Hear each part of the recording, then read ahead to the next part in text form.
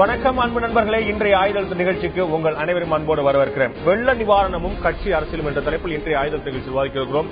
எவ்வளவு பெரிய வெள்ளம் வந்தாலும், எவ்வளவு பெரிய சேதம் வந்தாலும், எவ்வளவு பெரிய இயற்கை பேரிடர் வந்தாலும், எவ்வளவு நல்லது நடந்தாலும், எவ்வளவு பொழுது நடந்தாலும் அரசியலை தமிழகத்திலிருந்து பிரிக்கவே முடியாது. எல்லா அரசியல் கட்சி தலைவர்களும் முதல் வரியை நான் இந்த பிரச்சனையில் அரசியல் செய்ய விரும்பவில்லை என்று சொல்லிவிட்டு அடுத்த வரியில் இந்த அரசு எதுவுமே செய்யவில்லை என்று சொல்கிறார்கள்.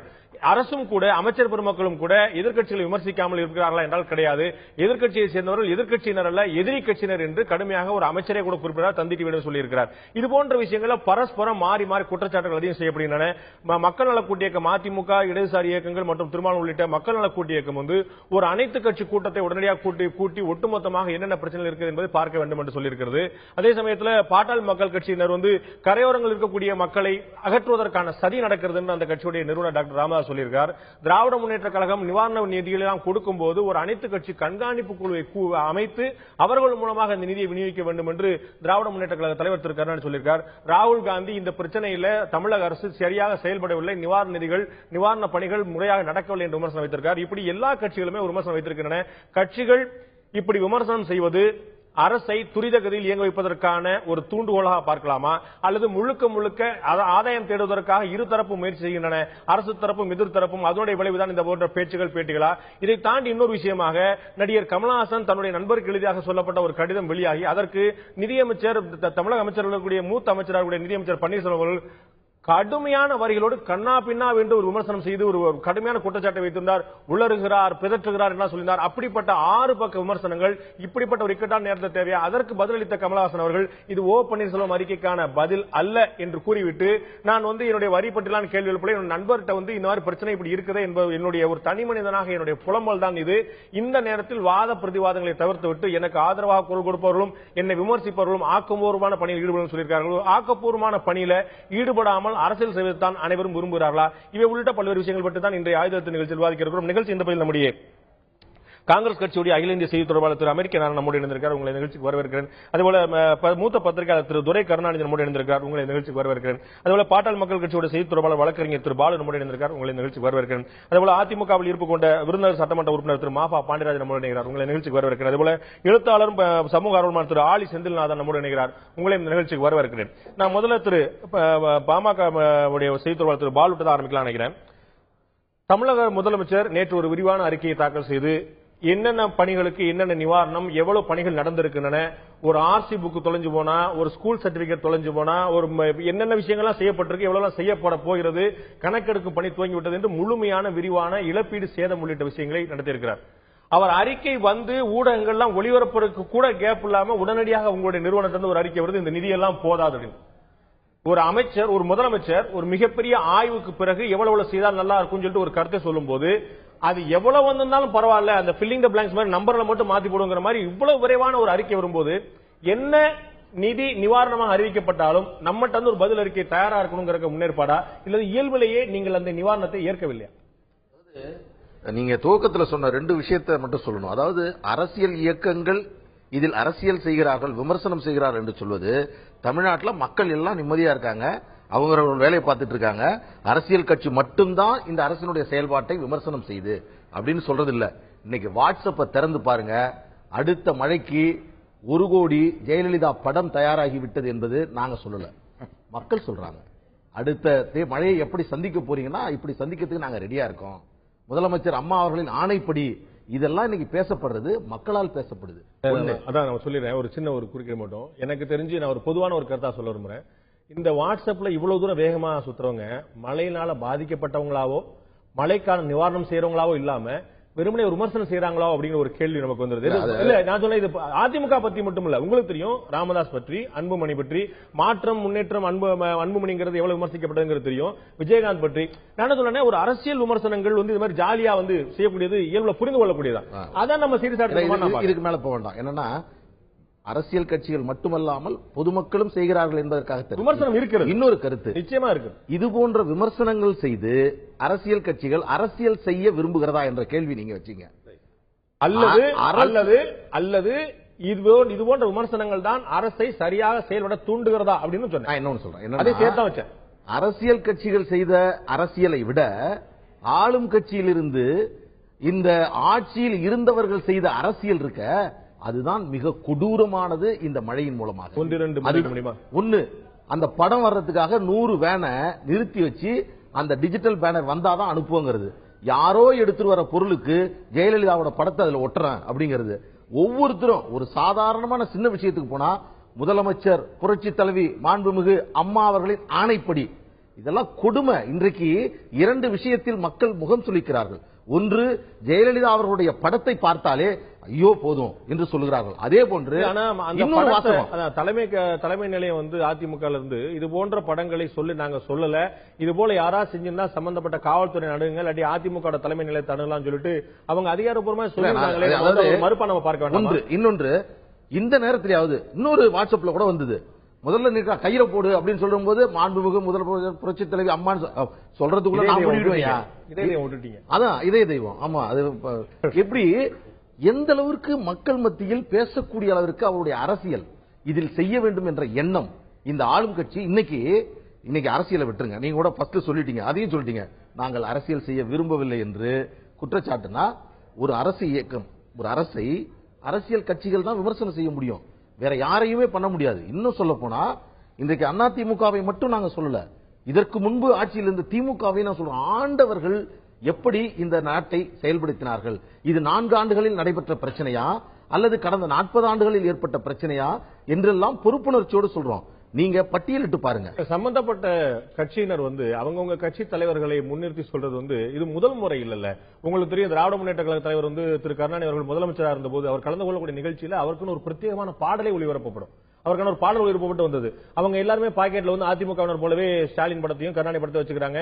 நீங்களும் சொல்லி பல சமயம் சொல்லும் போது டாக்டர் ஐயா சொன்னபடி எங்களுடைய சின்ன ஐயா சொன்னபடி சொல்லி சொல்றீங்க. இது வந்து இயல்பா எல்லாருமே அவங்க கட்சி தலைவர் அதாவது எந்த நேரத்தில் செய்ய வேண்டும் என்பது மாநாடு நடத்தலாம் செய்யறதுங்கிறது. ஆனால் இந்த சூழல் என்பது தங்களுடைய செயல்பாட்டை தங்களுடைய விளம்பரங்களை செய்யக்கூடியதில்லை. தொடர்ந்து பாதிப்போம். திரு மாஃபா பாண்டியராஜன், ரொம்ப முக்கியமான விஷயம், மிகப்பெரிய அளவில் விமர்சனத்துக்கு உள்ளான விஷயம், வெறும் படம் ஓட்டுவது மட்டுமல்ல, தமிழக முதலமைச்சருடைய படத்தை ஓட்டுறாங்க, அதுக்கு அதிமுக ஒரு விளக்கம் கொடுத்து மட்டுமல்ல, பல தொலைக்காட்சிகள்ல செய்தித்தாள்கள்ல வந்த விஷயம், நிவாரண பொருட்களை சுமந்து வரக்கூடிய வாகனங்களை மறித்து மாவட்ட செயலாளர்களும் மாவட்ட பிரதிநிதிகளும் அதிமுக பிரமுகர்களும் எங்களுக்கு அதுல சரிபாதி கொடு அல்லது எங்களுடைய வாகனமாக மாற்று, எங்களுடைய பேனரை வை, எங்களுடைய ஸ்டிக்கரை ஒட்டு, நாங்க இவ்வளவு செலவெல்லாம் செஞ்சு நாங்க பண்ணுவோம், நீ மாட்டு எடுத்து பல நேரடியாக விமர்சனம் பண்றத பல. இப்ப செங்கல்பட்டு பக்கத்துல வந்து ஒரு வேனையே அதிமுக பிரமுகர் கடுமையா மிரட்டி கொண்டு போனா, இப்ப ஒரு நண்பர் போன் பண்ணி சொன்னார், எங்களுடைய வேன் நாங்க நிவாரண பொருள் இட்டு வர்றோம், அதிமுக மிரட்டி இட்டு போறாங்கன்னு ஒரு நண்பர் போன் பண்ணி சொல்றாரு, நீங்க கேளுங்க செய்தியாக்க சொன்னார்.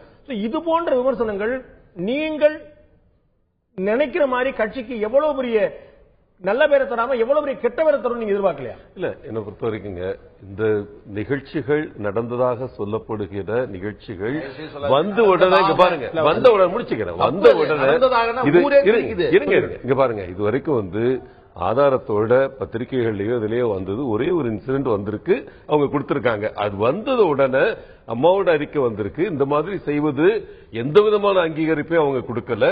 இது மாதிரி யாராவது நடத்தினா உடனே போலீஸ்க்கு கம்ப்ளைண்ட் பண்ணுங்க, நம்பர்களை கொடுத்து இது பண்ணி இருக்காங்க. எந்த விதமான கிடையாது. ஒரு தொலைக்காட்சியில இந்த காட்சி ஒளிபரப்பானது, வாட்ஸ்அப்ல இன்னொரு முகம் தாடி வைத்து ஒரு தலையில கடப்பாக ஒருத்தர் வந்து அவர் வந்து தன்னுடைய பணத்தை இழந்துட்டு வந்து நான் கொடுக்க மாட்டேன்னு சொல்லிட்டு அதுவும் உலாகிட்டு இருக்குது. இப்ப நான் சொன்னேன், காஞ்சிபுரம் மாவட்டத்துல இப்ப ஒரு 7 மணிக்கு வந்து ஒரு நண்பர் போன் பண்ணி இந்த மாதிரி பிரச்சனைங்க, எங்களுடைய வேனை கடத்திட்டு போயிட்டாங்கன்னு சொல்லிட்டு அந்த கார் நம்பரையும் தங்களுடைய வேன் நம்பரையும் அவர் அனுப்பி இருக்கிறாரு. எனக்கு பாருங்க, நான் என்னுடைய செய்தியாளர் அனுப்பி இருக்கிறேன். இப்ப நல்ல விஷயம், இது வந்து ஒரு இடங்கள் 2 இடங்கள்ல ஆதாரங்களை போய் நீங்க எல்லாரையும் காட்ட சொல்லி இது கண்கூடாக நடப்பது அத்தனை பேரும் அறிந்த விஷயமா இருக்கு. இல்ல, இங்க பாருங்க, இவ்வளவு பெரிய அளவுல நிவாரணப் பணிகள் நடந்து கொண்டிருக்கும் பொழுது 6000 கேம்புக்கு மேல போட்டு நடந்து கொண்டு இருக்கிறதுல எங்கோ ஒரு நிகழ்ச்சி நடந்தது, அதை வச்சு வந்து ஹைலைட் பண்ணி கொண்டு போற இல்லன்னா, இங்க பாருங்க, ஒரே ஒரு இன்சிடென்ட்க்கு மேல இந்த இடத்துல இவர் பண்ணாரு, இவர் நின்று பண்ணாரு, இது வரைக்கும் சொல்ல முடியல. அந்த செஞ்ச அந்த முன்னாடியே 3 உதாரணங்களை நான் முன் வச்சிருக்கிறேன். இல்ல, உங்களுடைய முன்னாடி 3 உதாரணம் நான் முன் வச்சிருக்கிறேன். இங்க பாருங்க, கண்டிப்பா தலைமையோட அங்கீகாரம் இந்த மாதிரி எந்த பிராக்டிஸ்க்கு கிடையாது.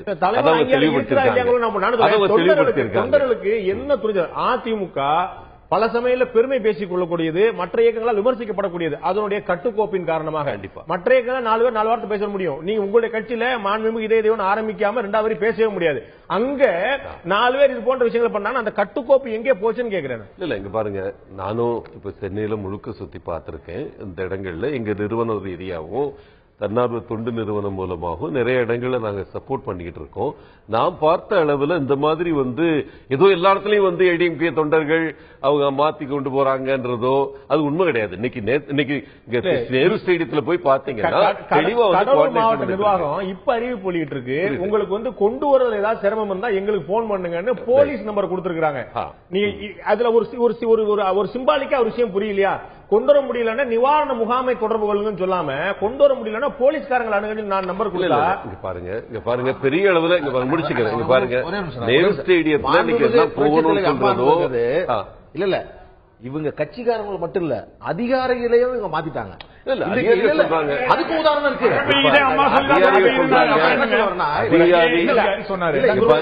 ஒரே ஒரு உதாரணம் அதிகாரி இவர்களுடைய செயல்பாட்டை நீங்க சொல்றீங்கல்ல, ஜெயலலிதா அவர்கள் சிறைக்கு சென்றார்கள். அப்பொழுது அமைச்சர்களில் இருந்து வட்ட செயலாளர்கள் வரை அவர்கள் பணியாற்றியது, பால் குடம் எடுத்தது, அலகு குத்தியது, தீ மிதித்தது, இது போன்ற செயல்கள் மிக பெருமளவில் செய்தார்கள். அவர்கள் எங்கே போனார்கள்? மிகப்பெரிய கட்சி தமிழ்நாட்டில் நீங்க சொல்றீங்க.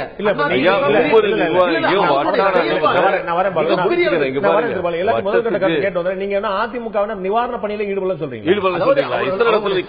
முடக்கப்பட்டிருக்கிறது மொத்தமா அரசு நிர்வாகம் படிநிலை இல்லாமல் ஜெயலலிதாவுடைய கண்ணத்திற்காக எல்லோரும் 26,000 போலீசார் சென்னை சிட்டியில் அவர்களுக்கு பணி வழங்கப்படவில்லை. கடுமையாக விமர்சனம் செய்யக்கூடிய ஊடகவியலாளர்கள் கூட தலைமை எங்கே போனது கேள்விப்பட்டாங்களே தவிர அரசு நிர்வாகம் முழுமையாக இரவு பகல் பாராமல் உயிரை கொடுத்து உழைத்துக் கொண்டது. எதை செய்தது, எதை செய்ய ஒவ்வொரு தொண்டனும் அண்ணா திராவிட முன்னேற்ற ஒவ்வொரு இயக்கமும் தன்னார்வம் மட்டும் இல்லாம அரசியல் இயக்கம் செஞ்சிருக்கு. நான் அதுல சோடபா விரும்பல, குறை சொல்ல விரும்பல. அது RSSஓ, சேவா பாரதியோ, தமிழ்நாடு தவ்ஹீத் ஜமாத்தோ, காங்கிரஸோ, தமிழ்நாடு முஸ்லீம் முன்னேற்ற எந்த இயக்கம் குறை சொல்லணும், அற்புதமான பணி அது. அப்புறம் நான் சொன்னேன் அதிமுகவினர் வரக்கூடிய நிவாரண பொருட்களை மறிக்கிறார்கள் என்ற குற்றச்சாட்டு உண்மையே கிடையாதுங்க. இது பாருங்க, தயவு செய்து நீங்க இப்ப 3 இன்சிடென்ட் சொன்னீங்க, இந்த இதுல நடந்திருக்கலாம் அப்படின்னு சொல்லி. அந்த இன்சிடென்ட்ல கூட யாரு செஞ்சான்னு தெரியாது. அது இந்த மாதிரி ஒரு பெரிய நிவாரணம் ஒரு பெரிய அளவுல லான்ச் ஆகி நடக்கிற இடத்துல 2 உதாரணங்கள் நான் சொன்ன 2 உதாரணங்கள்ல வீடியோ ஆதாரங்கள் இருக்கு. நான் சொன்ன 3வது ஆதாரங்கள் இப்ப நான் போன்ல இல்ல. அந்த 3வது இங்க பாருங்க, அந்த 3 இடங்கள்லயும் கடத்தப்பட்ட வேனுடைய நம்பரும் சமூக கடத்திய காருடைய நம்பரும் கொடுத்திருக்காங்க. ஆனா அவங்க அதிமுக காரங்க தெரியும் இல்ல, கண்டிப்பா இல்ல. இது ஏன்ட்ட பேசுனது ஒரு அரசியல் பிரமுகர் சார். உங்களை நான் இதுக்கு மேல தனிப்பட்ட முறையில் நிறைய கொண்டு போக ஏன்ட்ட பேசியது ஒரு அரசியல் பிரமுகர். எங்களுடைய வாகனம் கடத்தப்பட்டிருக்கிறது உங்களுடைய செய்தியாளர் சொன்னாரு. 2 வண்டியுடைய நம்பர் தான் கடத்தப்பட்ட வாகனத்துடைய எண்ணையும் கடத்திய காருடைய எண்ணையும் சொல்லி சொல்றாங்க. சரி, ஆனா கண்டிப்பா கண்டுபிடிப்பாங்க, அதுக்கு ஆக்ஷன் எடுப்பாங்க. இங்க பாருங்க, நான் சொல்றேன் எல்லாத்துக்கும் ஜெயலலிதா பொறுப்பாக்க நான் தயாரா இல்ல. ஆனால் இந்த துணிச்சல் அவர்களுக்கு எங்கே இருந்து வந்தது நான் கேட்கிறேன். தப்பான காரியத்தில் ஈடுபட்டா தலைமை அனுமதிக்காதுங்கிற என்ன வந்திருக்க வேண்டாமா? உங்களுடைய கட்டுக்கோப்பு எங்க போச்சுன்னா நான் கேட்கிறேன். வந்திருக்கும். இங்க பாருங்க, லட்சக்கணக்கில் தொண்டர்களும் நிர்வாகிகளும் நின்று வேலை செஞ்சிட்டு இருக்கிறாங்க. இந்த நேரத்தில் 2 இன்சிடென்ட் 3 இன்சிடென்ட் இங்க ஆச்சு அங்க ஆச்சுன்றது அது சமூக விரோதிகளால கூட நடந்திருக்கலாம். அந்த மாதிரி நிகழ்ச்சிகள், அந்த மாதிரி நடந்த இடங்கள்ல கட்சி உறுதியா இருந்து ஆக்ஷன் எடுக்கும் அவங்க மேல. இது அண்ணா திராவிட முன்னேற்ற கழகத்துக்கு நல்ல பேர் கிடைச்சிடக்கூடாது, புரட்சி தலைவி அம்மா அவர்களுக்கு நல்ல பேர் கிடைச்சிடக்கூடாதுன்னு பல எதிர்கட்சிகள் எடுக்கும் முயற்சியில ஒண்ணு நினைக்கிறேன். இது கண்டிப்பா இங்க பாருங்க, இல்லன்னா எப்படி இவ்வளவு தூரத்துல சென்னையில நடக்கல அங்க நடக்குதுன்னு சொன்னா என்ன அர்த்தம்? நான் தான் சுத்தி பாத்துட்டு இருக்கேன். 2-10 நாள் பண்ண மாட்டாங்க கட்சிக்காரன் தெரியும். இல்ல புரியுது. ஆனா 2 விஷயங்கள் முதல்ல சொல்றேன். ஆரம்பிப்பதற்கு முன்ன உங்க டிவிலேயே நான் கடினமாக விமர்சிச்சிருக்கேன். ஆனால் இந்த மழை நேரத்தில் தந்தி டிவி மிகச்சிறப்பாக செயல்பட்டது என்று நான் மட்டும் கூறவில்லை, என்னுடைய நண்பர்கள் பலர் கூறினாங்க. முதல்ல அதுக்கு வாழ்த்து சொல்ல விரும்புகிறேன். 2வதாக ஏதோ வாட்ஸ்அப்லயும் இதுலயும் பேசுறவங்க செயல்படுவதில்லைன்னு சொல்றத நான் வன்மையாக கண்டிக்கிறேன். ஏன்னா இங்க பொதுஜனம் இன்னைக்கு அரசியல்வாதிகள் உங்களை மாதிரி ஊடகங்களை விட்டு, ஏன்னா உங்களுக்கெல்லாம் ஒரு பயம் இருக்கு. உண்மையை சொல்பவர்கள் பலர் வாட்ஸ்அப்ல இருக்காங்க, பேஸ்புக்ல இருக்காங்க, ட்விட்டர்ல. இன்னைக்கு பெரிய அளவுல உங்களால பெரிய அளவுல இன்னைக்கு அரசு செய்ததை விட மிகச் சிறப்பாக தன்னார்வலர்கள் தான் செய்துள்ளார்கள் என்பதை நான் இங்கு பதிவு பண்ணுறேன். அவர்கள் செய்வதற்கு மிக உதவியாக இருந்தது இந்த சோசியல் மீடியா. நான் செஞ்சேன், வாட்ஸ்அப்ல இருக்கேன், பேஸ்புக்ல இருக்கேன். ஒரு நிமிஷம், நான் சொன்ன போல செல்போன்ல எப்படி நல்லதும் இருக்குது கெட்டதும் இருக்குதோ, இணையதளத்தில் எப்படி நல்லதும் அதே மாதிரி மறுக்கல. மீடியால இல்லையா? இதுல நிச்சயமா இதுல மிக மகத்தான பணி நடந்திருக்கு, நான் மறுக்கவே இல்லை பல விஷயம். ஆனால் எந்த ஒரு வாதத்தையும் வார்த்தையும் உறுதிப்படுத்தாமலே, கிராஸ் செக் பண்ணாமலே, பிபிசில சொல்லிட்டான், நாசால சொல்லிட்டான், செம்பரம்பாக்கத்தை திறந்துட்டான், புயல் வருது, சுனாமி வருது, 1000 பேர் செத்துட்டான், 160 கொத்து கொத்தா செத்துட்டான், இப்படி எல்லாம் பண்றது எவ்வளவு பெரிய. எனக்கு தெரிந்து பல நண்பர்கள் ஒரு கேள்வி கேட்கிறேன், மாடி இருந்து குதித்து குதித்து ஓட்டாங்க. ஒரு கேள்வி நான் உங்களை கேட்கிறேன், யார் இது? ஒரு கேள்வி நான் உங்களை கேட்கிறேன், ஒரு கேள்வி நான் உங்களை கேட்கிறேன், தெளிவா கேட்கிறேன். பிபிசில சொன்ன இது வெதர் போர்காஸ்ட் ஏன் இங்க இருக்கவங்க சொல்லல? ஏன் பிபிசி சொல்லல? நான் சொல்றேன்,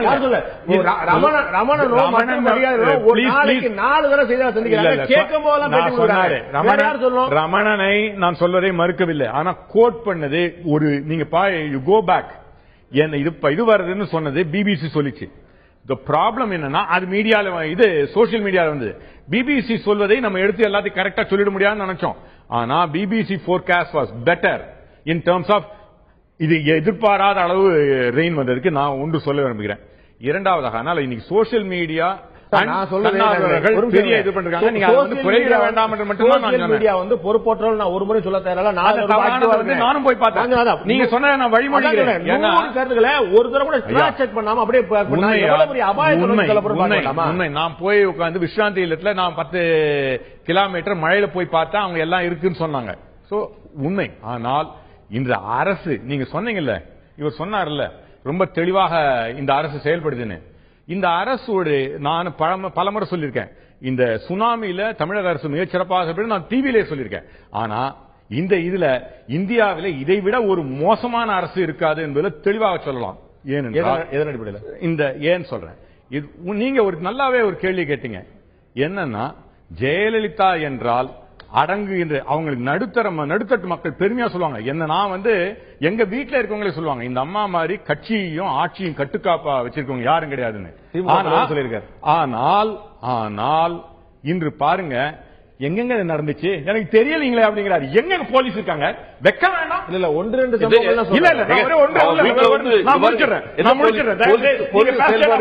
நீங்க பேசட்டே if you want me to interrupt, I will do that. இரண்டாவதாக அப்படி அவர்களுக்கு அவர் கட்சியிலையும் ஆட்சியிலையும் தெரியும். நான் தான் சொன்னேன், கட்சியிலையும் ஆட்சியிலையும் அவருடைய பிடி தளர்ந்து விட்டது என்பதை இது காட்டுகிறது. நடுத்தட்டு மக்கள் இதை செய்கிறார்கள். அவர்களுக்கு இருந்த ஒரு பெரிய அரசியல் கடுமையா ஆதரவு இதனால் போய்விட்டது என்பது உண்மை. இல்ல எந்த போலீஸுங்க எல்லாம் இருக்காங்க தெருவில் இன்னைக்கு 99,000 போலீஸ் இல்லன்னு சொல்லல. நடக்க முடியல, போய் கண்டுபிடிக்க எல்லா மீடியால சொல்றாங்க. இல்ல நீங்க போய் வீட்டுல தண்ணி வந்துட்டு இருக்கு, உங்களுக்கு தெரியுமா? 6 நாள் எங்க வீட்டுல இன்னும் இது கிடையாதுங்க, கரண்ட் கிடையாதுங்க. இன்றைக்கு நான் இப்ப இங்க வரேன், கரண்ட் கிடையாது. என்ன ஆட்சி நடக்குதுன்னு கேட்கிறேன். என்னன்னு உங்களுக்கு தெரியும். கலாட்சேத்திரால திருவான்மியூர்ல நான் 6 நாட்களாக பவர் இல்ல. எப்படி என்ன ஆட்சி? ஒரு நிமிஷம் கேளுங்களேன், உங்களுக்கு தெரியும். இப்போ வந்து பவர் ஷார்டேஜ்னால கரண்ட் இல்லாம இல்ல. ஆமாங்க, இடர்பாடு பேரிடர்பாடு சரியா செய்யக்கூடிய அட்மினிஸ்ட்ரேஷன் இல்ல. இருக்கக்கூடிய இடத்துக்கு பக்கத்துல தான் வயர் இருந்து ஒரு தம்பதி பலியானாங்க ஒரு 10 நாள் முன்னாடி. ஐயா அப்ப என்ன பண்ண? 10 நாள் முன்னால 10 நாள் இருந்தது இல்ல. என்ன ஒரு அட்மினிஸ்ட்ரேஷன் இருக்குது? நீங்க சொல்லுங்க. மின்சாரத்தினால மின்கசிவுனால விபத்து நடக்க கரெக்டுங்க. So there is you can எமர்ஜென்சில கீழ் வழியா எடுத்துட்டு போகாம மேல் வழியா பவர் எடுத்துட்டு போக முடியாதா? மேல் வழியா தான் 6 நாட்களாக எடுத்துட்டு போக முடியாதா? பவர் தமிழ்நாட்டுல மேல் வழியா தான் போயிட்டு இருக்கு, கீழ் வழியா போல. கேபிள்ல நிறைய இடங்கள் வருது. நீங்க அப்படி சொல்லாதீங்க. சென்னை ஃபுல்லா நல்லா புரிஞ்சுக்கங்க. சென்னை ஃபுல்லா வீட்டுக்கு வீடு கேபிள் கீழ் வழியா வருது. நீங்க புரிஞ்சுக்கங்க. வீட்டுக்குள்ள முதல்ல வீட்டுக்கு வருதுங்க சார். அவங்க எங்க இருந்து சார் கொடுப்பாங்க? அவங்க போஸ்ட் மூலமா தானே சார் உங்களுக்கு கொடுக்குறாங்க. மேல் வழியா தானே சார். சென்னையில எல்லா இடங்களையும் நல்லா புரிஞ்சுக்கங்க. சென்னையில எல்லா இடமும் மேல் வழியா வருது இல்ல, கீழ் வழியா கேபிள் வருது. நீங்க வெரிஃபை பண்ணிக்கலாம். இரண்டாவதாக இந்த அரசை பொறுத்தவரை பேரிடர்பாடுல இந்த அரசு சரி, மத்திய அரசு ஒண்ணுங்கட்டா பேரிடர்பாடுக்கான இத பட்ஜெட்டை குறைச்சிருக்காங்க. இந்த அரசும் இல்ல இன்னொரு கேள்வி குறைச்சிருக்காங்கன்னு சொல்லும் போது 940 கோடி கொடுத்தாங்க. இந்த அம்மா ஒரே நிமிஷம் இந்த அம்மா சொன்னாங்க பழைய இருந்தாங்க. யார் போய் சொல்றாங்க எனக்கு புரியலையே. திரு நாராயணன் மாதிரியான மெத்த படித்தவர்கள் சொல்லும் போது கடந்த ஆட்சியில் இவ்வளவு கொடுக்கப்பட்டது, கடந்த ஆண்டுல இவ்வளவு கொடுக்கப்பட்டது, இப்ப இவ்வளவு குறைக்கப்பட்டதுன்னு சொன்னா அது தரவுகளோடு கூடியதா இருக்கும். மத்திய அரசு தன்னுடைய நிதியை குறைத்திருக்கு நீங்க சொன்னீங்கன்னா எப்ப எங்க கொடுத்தாங்க நீங்க சொல்லுங்க. உத்தரகாண்டுக்கு கொடுக்காத நிதி, ஜம்மு காஷ்மீருக்கு கொடுக்காத நிதி, நீங்க நான் சொல்றேன் சரியா சரியாக புரிந்து கொள்ளாமல் பேசுகிறீர்கள். நான் சரியாக புரிந்து கொள்ளவில்லை, நான் பேசவில்லை, பேசுகிறேன். பேரிடருக்கு என்று சென்ற வருடம் பிளானிங். இப்ப இந்த மேஜர் ப்ராப்ளம் இந்த தமிழக அரசு எதை முதல்ல செய்து 2015 கோடி 1250 கோடியில இருந்து நீங்க இந்த வருஷம் பட்ஜெட் எடுத்து பாருங்க. மத்திய அரசு பேரிடருக்கான பட்ஜெட்டை குறைச்சிருக்காங்க இல்லையா ஆதாரப்பூர்வமாக கூடிய நீங்க வேணா போய் பாருங்க. 1200 இவங்க மத்திய அரசை சொல்கிறேன், மோடி அரசையும் குற்றம் சாட்டுகிறேன். தமிழக அரசு பணம் எவ்வளவு கொடுக்கறாங்கன்னு இல்ல, என்ன பண்ணிருக்காங்க ஃபீல்ட்ல பார்த்தா தெரியுதுங்க. ஒண்ணுமே நடக்கலைங்க. திரு துரை கருணாநிதி, நீங்களும் சென்னையில இருக்கிறீங்க, நீங்களும் பாதிக்கப்பட்ட பகுதியில் பல இடங்களை பார்வைப்பட்டிருக்கீங்க. இவங்க ரெண்டு பக்கமா ஒரு கருத்துக்களை பாக்குறோம். 3 பேர் பேசுனா 2 விதமான கருத்துக்களை பாக்குறோம். நிவாரணப் பொருட்கள் மறைக்கப்பட்டது, இங்கே தனிநபர் துதிப்பாடல் தான் பிரதானமா இருந்தது அப்படிங்கிற ஒரு குற்றச்சாட்டு இல்ல, எங்களுடைய அரசு நிர்வாகம் செவனே செயல்பட்டதுங்கிற ஒரு மறுப்பு. உங்களுடைய பார்வை எப்படி பாக்குறீங்க? கடந்த 10 நாட்களா சென்னையில ஊடகங்கள், காட்சி ஊடகங்கள், சமூக நல வலைத்தளங்கள் எல்லாத்திலுமே பாத்தீங்கன்னா பெரும்பாலான தன்னார்வ தொண்டு நிறுவனங்கள் தான் உதவி செய்யறாங்க, அரசாங்கம் எதுவுமே செய்யல அப்படிங்கிற மாதிரியான ஒரு தோற்றத்தை பெருமளவு கொண்டு வந்துருச்சு. இவங்க கிட்டத்தட்ட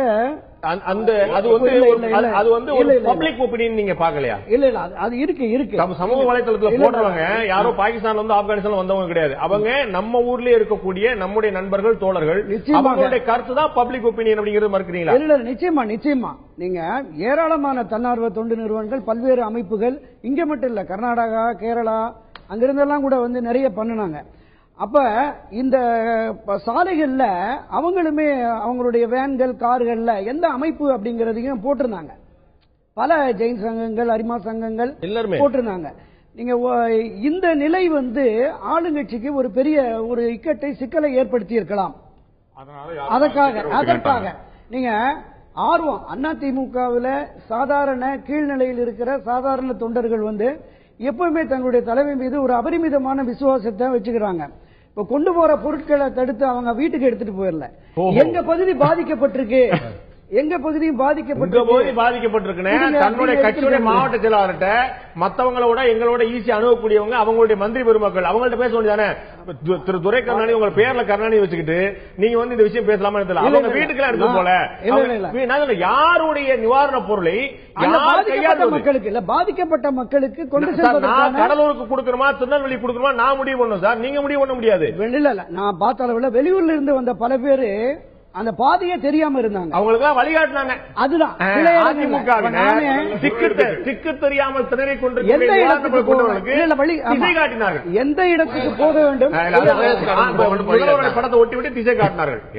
எல்லா இடங்கள்லயும் வலுவான காரணம் நீங்க எல்லா இடங்கள்லயும் அந்த தவறுகள் நடக்கல, ஒரு சில இடங்கள்ல நடந்திருக்கலாம்.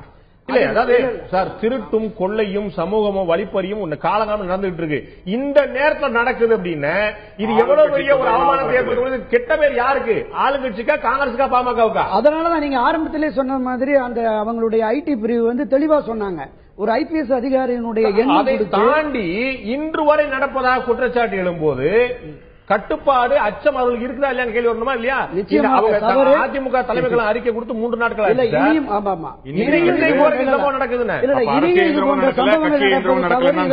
நிச்சயமாக கட்டுப்படுத்தணும். அது எந்தவித பாகுபாடும் இல்ல. ஆனா இன்னைக்கும் பல பேர் பல புதிய இடங்கள்ல நாம ஒரு சாதாரண பத்திரிகையாளர் இல்ல, ஒரு சாதாரண பொதுஜனமாகவே தான் சொல்றேன். இந்த மிகப்பெரிய அளவுல ஏறத்தாழ ஒரு 40,000 தெருக்கள்ல ஒரே நேரத்தில் வெள்ளம் சூழ்ந்திருக்கு.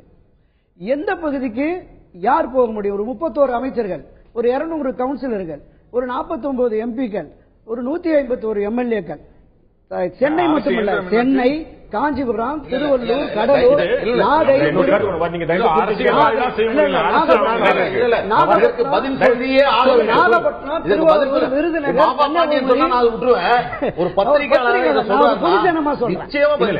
ஒரு பொதுஜனமாக நான் சொல்றேன். இது ஒரே நேரத்தில் இந்த பாதிப்பு வருது. ஏறத்தாழ ஒரே நாள் 49 சென்டிமீட்டர் மழை. ஒரு சீசன் முழுவதும் பெய்ய வேண்டிய மழை பெய்ஞ்சிருக்கு. மழை வந்து கட்டை மீறிய விஷயம் வந்து மிகப்பெரிய திணறடித்த விஷயம் மாற்றுக்கிறதுல நீங்க சொன்ன அந்த 151 எம்எல்ஏக்கள் பிளஸ் தேமுதிக கலந்து வந்த ஈர்க்கப்பட்ட நண்பர்கள்லாம் சேர்ந்து தனியா வச்சுக்கோங்க. அவங்க 49 எம்பிக்கள் 200 கவுன்சிலர் சொன்னீங்களே, இவங்க மட்டும் இருந்திருந்தாலே பாதி எதிர்ப்பு சமாளிச்சிருக்கலாம். இவங்க மட்டும் தலையில இருந்தா எல்லாரும் தேடிட்டு இருக்க விஷயம் கவுன்சிலர் எம்எல்ஏ தான் தேடிட்டு இருந்தாங்க. ஒரு விஷயம் அவங்க மட்டும் இருந்திருந்தாங்கன்னா பாதி துன்பத்தை தவிர்த்திருக்கலாம். இல்ல நீங்க ஒரு ஆத்திரத்தின் ஆவேசத்தின் உச்சத்துல இருந்தாங்க. பாதிக்கப்பட்ட மக்கள் கொதிச்சு போயிருந்தாங்க. அந்த இடத்துல அதுதான் சொல்ல வரேன். ஒரு வட்டத்துல ஏறத்தாழ 150-200 தெருக்கள் ஒரு டிவிஷன்ல எத்தனை இடங்களுக்கு வாகனம் இல்ல, போக முடியல. கடுமையான விமர்சனத்தை இவர் தான் நிச்சயமா நிச்சயமா சொல்றேன். இல்ல ஊடகவியலாளரா இந்த மாதிரி சொல்றது ரொம்ப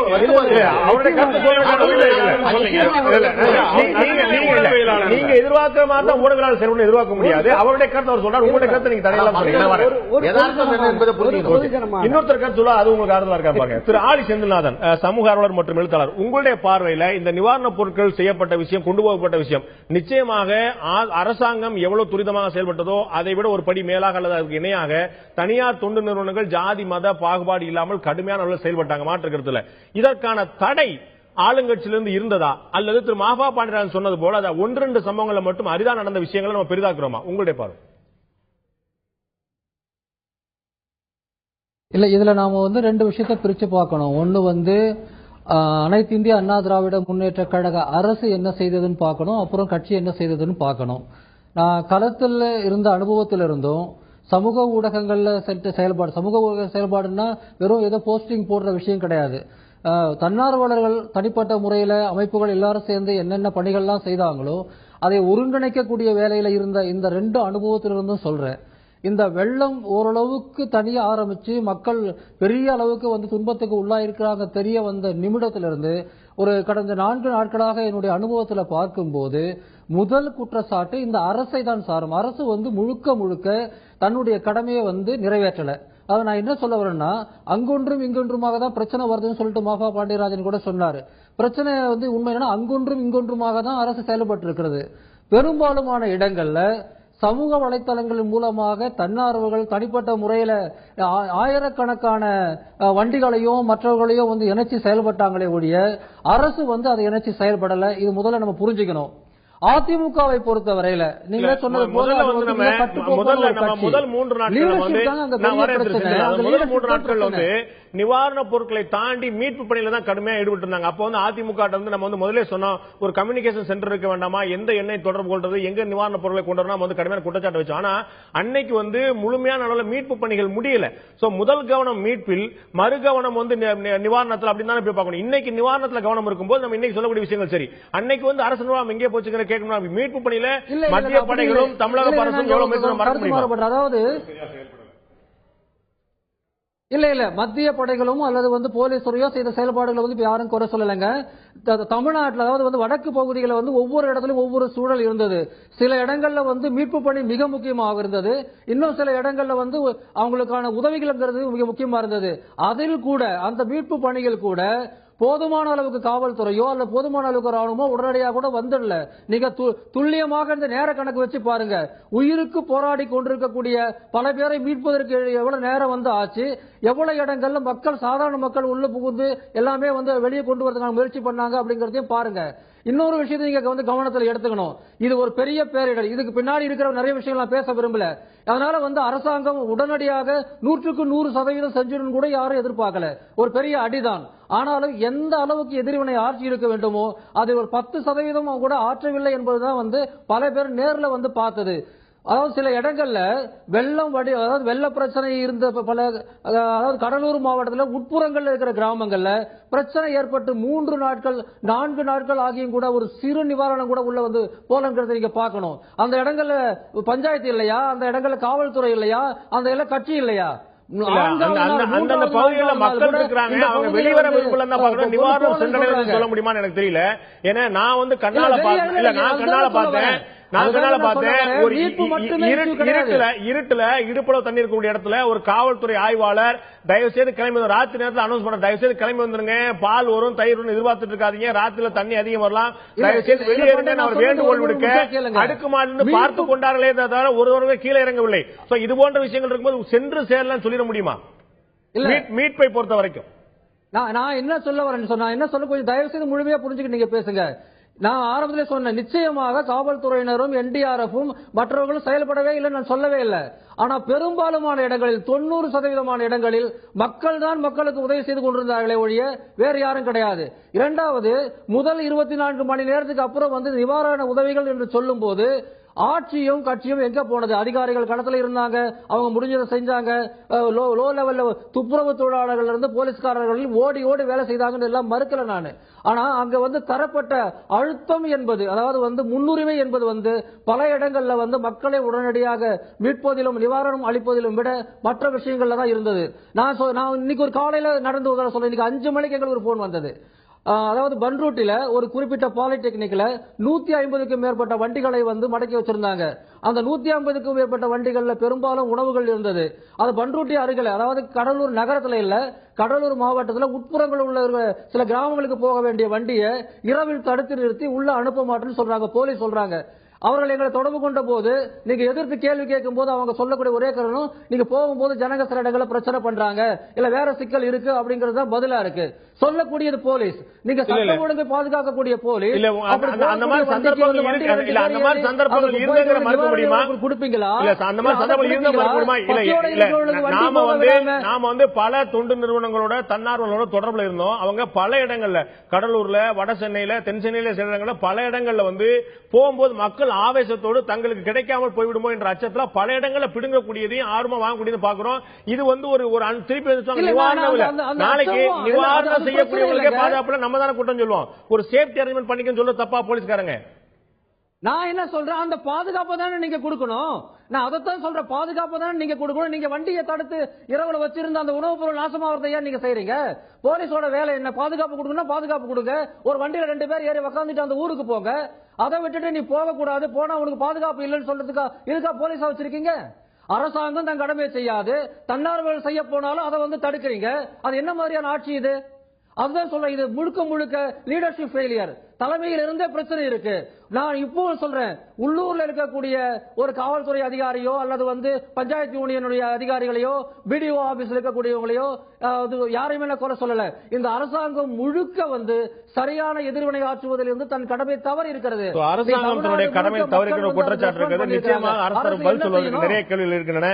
நம்ம 2 முக்கியமான விஷயங்களை நம்ம எழுப்ப இருக்கிறோம். இதுல நிவாரணப் பொருட்கள் மட்டும் சென்று சேர்றதா அப்படிங்கறத தாண்டி இந்த ஒட்டுமொத்தமாக இந்த வெள்ள சேதத்துல பலி எண்ணிக்கை எவ்வளவு என்பதில் அரசு ஒரு கனத்த மௌனம் காக்கிறதா என்ற கேள்வி எழுகிறது.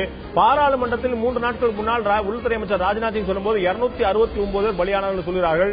அதற்கு 2 நாட்கள் கழித்து தலைமைச் செயலர் உள்ளிட்ட அரசு அதிகாரிகள் உயரம் சொல்லும்போது ஒட்டுமொத்த பலி எண்ணிக்கை 245 என்று சொல்கிறார்கள். தமிழக அரசு சொல்றது 245 இருக்கும்போது மத்திய அரசு எப்படி 269 அறிவிக்கப்படும்? அதற்கு பிறகு ஆயிரக்கணக்கான நூற்றுக்கணக்கான புகார்கள் அங்கு சடலம் இங்கு பிணம் என்று வந்தபோது இது பற்றிய ஒட்டுமொத்த உயிரிழப்பு பற்றிய புள்ளி விவரத்தை தமிழக அரசு சொல்லாது ஏன்? ஒவ்வொரு நாளும் கணக்கெடுத்து சொல்ல முடியும் என்பது அரசு இதை கனத்த மௌனத்தோடு வேடிக்கை பார்க்கிறார். நான் திரு பாலுவல்கிட்ட கேட்க விரும்புறேன். 2011 தானே புயல் தாக்கின போது மத்திய அரசுடைய நிவாரணங்கள்லாம் எப்படி வழங்கணும் அப்படிங்கறதுக்கான வழிகாட்டு நெறிமுறையில ஒரு குடிசைடு ஒட்டுமொத்தமா சேதமாயிருச்சுன்னா, ஒட்டுமொத்தமா காணாம போயிருச்சுன்னா 2000 ரூபாய் கொடுக்கணும் ஒரு வீட்டுக்கு சொல்லி சொல்லியிருந்தாங்க. அப்ப தமிழக முதலமைச்சர் ஜெயலலிதா சொன்னாங்க, நான் மத்திய அரசு சொன்னதை விட அதிகமா நாங்க கொடுத்தோம். அப்ப 5000 ரூபாய் கொடுத்தாங்க. இப்ப மத்திய அரசு தன்னுடைய வரையறை 4100 ரூபாய் உயர்த்திருச்சு. 2000 இருந்தது 4100 ரூபாய் உயர்த்திருச்சு. இப்ப தமிழக அரசு 10000 ரூபாய் கொடுக்கும். சோ அப்பையும் 2000 இருந்தபோது 5000 கொடுத்தது, இப்ப 4100 இருந்தபோது 10000 ரூபாய் கொடுக்குது. சோ மத்திய அரசு எவ்வளவு கொடுக்கணும்னு பரிந்துரைக்கிறது. மத்திய அரசு பணத்துல இருந்து இல்ல, மாநில அரசு பணத்துல சொல்லியிருக்காங்க. அந்தந்த ஸ்டேட்ல டிசாஸ்டர்லாம் அவங்க தான் ஹேண்டில் பண்ணி சொல்லியிருக்காங்க. சோ இவர்கள் 4100 ரூபாய் கொடுக்கணும் பரிந்துரை செய்யும் போது 10000 ரூபாய் கொடுக்கும்போது வெள்ள நிவாரண நிதி போதாது என்று உங்களுடைய நிறுவனர் சொல்வது என்ன நியாயம்? நல்ல விஷயம் நீங்க சொன்னது. என்னன்னா, பணம் இல்ல அதனால கொடுக்க முடியல. ஆனா மக்களுக்கு ஏற்பட்டிருக்கக்கூடிய பாதிப்பு என்பது பணம் இல்லன்னு நான் சொல்லல. இப்ப நீங்க சொல்லக்கூடிய மத்திய அரசுடைய பரிந்துரை சொல்றேன். மத்திய அரசு பரிந்துரை பணம் நிறைய இருக்கா? இல்ல ஒரு விஷயம் கேளுங்க. மத்திய அரசுடைய பரிந்துரை என்ன சொல்லுதுன்னு, ஒரு 2-3 மாநிலங்கள் சார்ந்தா இருந்தா தேசிய பேரிடர் நிவாரணத்திலிருந்தே தந்துருவோம். இதுவா இருந்தா ஒரு அந்தந்த மாநிலத்துக்குள்ள இருந்தா அந்த மாநிலம் ஹேண்டில் பண்ண சொல்லி ஒரு வரையறை கொடுக்குது. அதை தாண்டி தான் இப்ப எல்லாம் கொடுத்துட்டு இருக்கிற வேற விஷயம். இப்ப 1940 கோடி ரூபாய் கொடுத்ததும் இன்னும் மேல கொடுக்க போறேன்னு சொன்னதும் மத்திய அரசு பணத்துல இருந்தான். என்னுடைய கேள்வி 2000 இருந்து 5000 நிதி 4100 இருந்து 10000 நிதி விஷயம். இரண்டாவது வர முதல் விஷயம், இந்த அரசால் இதற்கு மேல் என்ன செய்ய முடியும்னு சார் சொன்னார்ல, ஒரு பொது அடுத்த வாரம் கொண்டு போறாங்க. மணி 8:45 ஒரே ஒரு அவங்க போட்டோ விட்டாங்களே நிவாரண நிதி போதாதுன்னு உங்களுடைய நிறுவனர் சொல்றாரு. நான் ஒரு உதாரணம் சொல்றேன். என்னன்னா அதுக்குதான் சொல்றேன். ஓவரால் நான் ஒரு இன்சிடென்டா சொல்லாம பொதுவா சொல்ல நினைக்கிறேன்னா, இந்த அரசு செயல்பட தவறுனது என்னன்னா, இது போன்ற ஒரு டிசாஸ்டர் வருதுன்னா கம்யூனிகேஷன் சிஸ்டம் இருக்கு பாருங்க, அத கேர்ஃபுல்லா ஹேண்டில் பண்ணல சார். நம்ம மீட்பு பற்றி நம்ம நிறைய பேசிட்டோம், அதோட நிவாரணம் பற்றி போவோம். நம்ம நாளைக்கு நம்ம மறுவாழ்வு பற்றி பேசுறோம். நம்ம இன்னும் இன்னொரு செய்தி பாட்டாளி இதுக்கு நீங்க பதில் சொல்லுங்க தயவு. நிச்சயமா சொல்றேன். பாட்டாளி மக்கள் கட்சியினுடைய எங்களுடைய பாட்டாளி தொழிற்சங்கம் 20/11 அன்னைக்கு நாங்க ஒரு நோட்டிபிகேஷன் கொடுத்தோம். நாங்கள் ஒரு நாள் சம்பளத்தை தர தயாரா இருக்கோம், இதை தமிழக அரசு வாங்கிக் கொள்ளுன்னு சொன்னோம். இன்னைய வரைக்கும் தமிழக அரசு வாங்கல.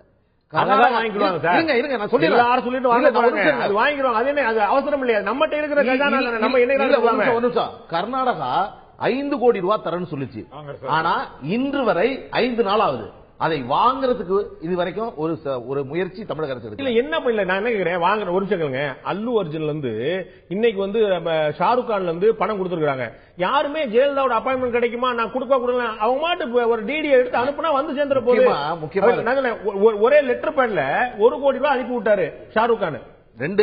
அங்க என்ன தடை என்ன எதிர்பார்க்கறீங்க? ஜெயலலிதா போய் வாங்கணும்னு எதிர்பார்க்கறீங்களா? 2 விஷயத்துல நான் சொல்லிடுறேன். என்னன்னா, ஒரு அரசு என்ன நினைச்சிட்டாங்கன்னா,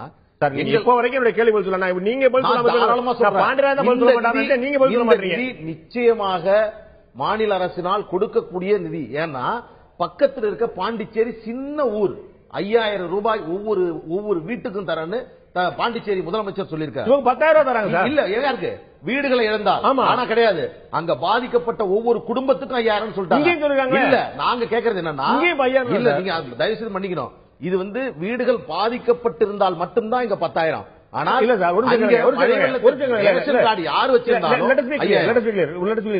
மழையினால பாதிக்கப்பட்ட ஒவ்வொரு குடும்பத்துக்கும் 5000 ரூபாய் தனி. மழையினால குடிசை வீடை இழந்தவர்களுக்கு 5000 ரூபாய் தனி. சோ ஒருவர் குடிசை வீடை இழந்திருந்தார்னா ஒட்டுமொத்தமான பொருட்களை இழந்தார்னு அர்த்தம். குடிசை வீடை இழந்தவர்களுக்கு 10,000 ரூபாய். இதுதான் தமிழக அரசு அறிவிப்பு. இதுல என்ன குறை கண்டீங்க நான் கேட்கிறேன். நிச்சயமா இந்த தொகை என்பது பத்தாது, இதை விட அதிகமாக கொடுக்கணும்.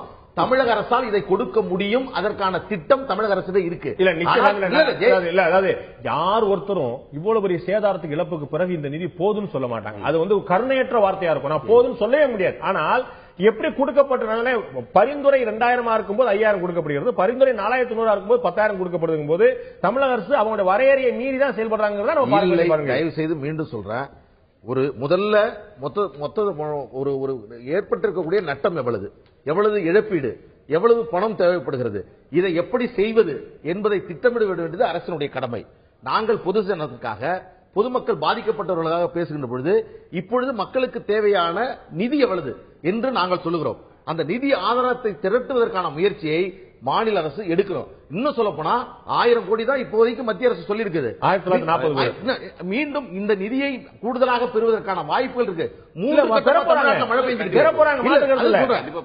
கட்டமாக தமிழ்நாட்டில் மழை பெய்யுது. நிவாரணம் பற்றி நான் சொல்ல நினைக்கிறேன். திரும்ப நான் உங்கள்ட்ட வரேன். திரு ஆலி செந்தலான்ட்ட கேட்க விரும்புறேன். திரு பாலு அவர்கள் சொன்னதுல ஒரு விஷயம் பார்க்க வேண்டியிருக்கு. இழப்பு வந்து ஒவ்வொரு நபருக்கும் ஒவ்வொரு குடும்பத்துக்கும் வேறு வேறாக இருக்கிறது. இப்ப ஒட்டுமொத்தமாக இவர்கள் வந்து ஆளுக்கு 10,000 ஆளுக்கு 5,000 சொல்லி சொல்லும் போது ஒரு 10 கிலோ அரிசி ஒரு வேட்டி ஒரு சேலை சொல்லும் போது இது வந்து எப்படி அந்த இழப்புகளை பூரா ஒரே சீர ஆக்கிற மாதிரி இல்லையா? இது வந்து ஒவ்வொருத்தருக்கும் ஒரு இழப்பும் போது இன்னொரு பக்கம் பார்க்க போனால் ஒவ்வொருத்தருக்கும் ஒவ்வொரு மாதிரி அமௌண்ட் கொடுத்தா ஒரு பார்ஷியாலிட்டி பார்க்கப்படுது. அதிமுக கொடுத்துட்டாங்க, திமுக குறையா கொடுத்துட்டாங்க மாதிரி வேறு மாதிரி குற்றச்சாட்டு வராதா? இந்த இடத்துல அரசாங்கம் இழப்பீடுகளை எப்படி நிர்ணயிக்க வேண்டும் என்று நீங்க நினைக்கிறீங்க? இல்ல, இழப்பீடுகள் நிர்ணயிக்கும் போது வந்து அதை 2ஆ நம்ம பிரிக்கணும். ஒன்னு, ஒரு அடிப்படையான தொகை என்பது எல்லோருக்கும் பொதுவாக தரப்படணும். அவங்க எந்த விதமான பாதிப்புக்கு உள்ளாகி இருந்தாலும் கூட, நீங்க ஒரு 5,000 சொல்றீங்களா 10,000 சொல்றீங்களா, ஏதோ ஒரு தொகை, அது வந்து எந்த விதமான தாக்கத்துக்கு அவங்க உள்ளாகி இருந்தாலும் கூட அது அடிப்படையாக தரணும். அதன் பிறகு ஸ்பெசிபிக்கா வீடு சம்பந்தப்பட்டது அல்லது வந்து உடைமைகள் சம்பந்தப்பட்டதுன்னு பிரிச்சு அதை வந்து நீங்க வந்து ரீப்ளேஸ் பண்றதுக்கு என்ன செய்யணும் அப்படிங்கறத வந்து செய்யணும். உண்மையில சொல்ல போனா இந்த விஷயத்துல வந்து என்ன விதமான திட்டங்கள் தீட்டப்படும் அப்படிங்கிற விஷயத்தை வந்து நம்ம விவாதிக்க வேண்டியதான் இருக்கிறது. ஆனா களத்தில் இப்பொழுது வந்து இந்த அரசு அடிப்படையான கடமையை தவறி இருப்பதனால அதை பற்றிய விஷயங்கள் தான் வந்து நாம இந்த நிமிஷம் வரையில் அது ரொம்ப முக்கியமானதா வந்து நான் வந்து கருதுறேன். ஏன்னா இப்ப வந்து விவாதம் வந்து அரசாங்கம் கொடுத்துருச்சு, அந்த தொகை வந்து எது அதிகம் எது கம்மி, மத்திய அரசு சொன்னதை விட இது அதிகமா இருக்குதுன்னு நீங்க பேச ஆரம்பிச்சு எங்க போய் முடிக்கணும்னா இப்பொழுது நடந்திருக்கக்கூடிய அநீதியை பற்றி பேசாம வந்து 5000 முக்கியமா, 5000 அதிகமா, 10000 அதிகமா, மத்திய அரசா மாநில அரசாங்கத்துல போய் முடியும். அந்த விவாதத்துக்கு தேவை இருக்கிறது. அதே சமயத்தில் இப்ப இருக்கக்கூடிய இன்ஜஸ்டிஸ் இந்த அநீதியை முதல்ல நீங்க பேசுங்க. விவாதம் பற்றி நிச்சயம் பேசுங்க. உங்கள்ட்ட தான் வரேன் நான். இந்த விவாதம் பற்றி 1.5 மணி நேரம் ஒட்டுமொத்த விவாதத்துல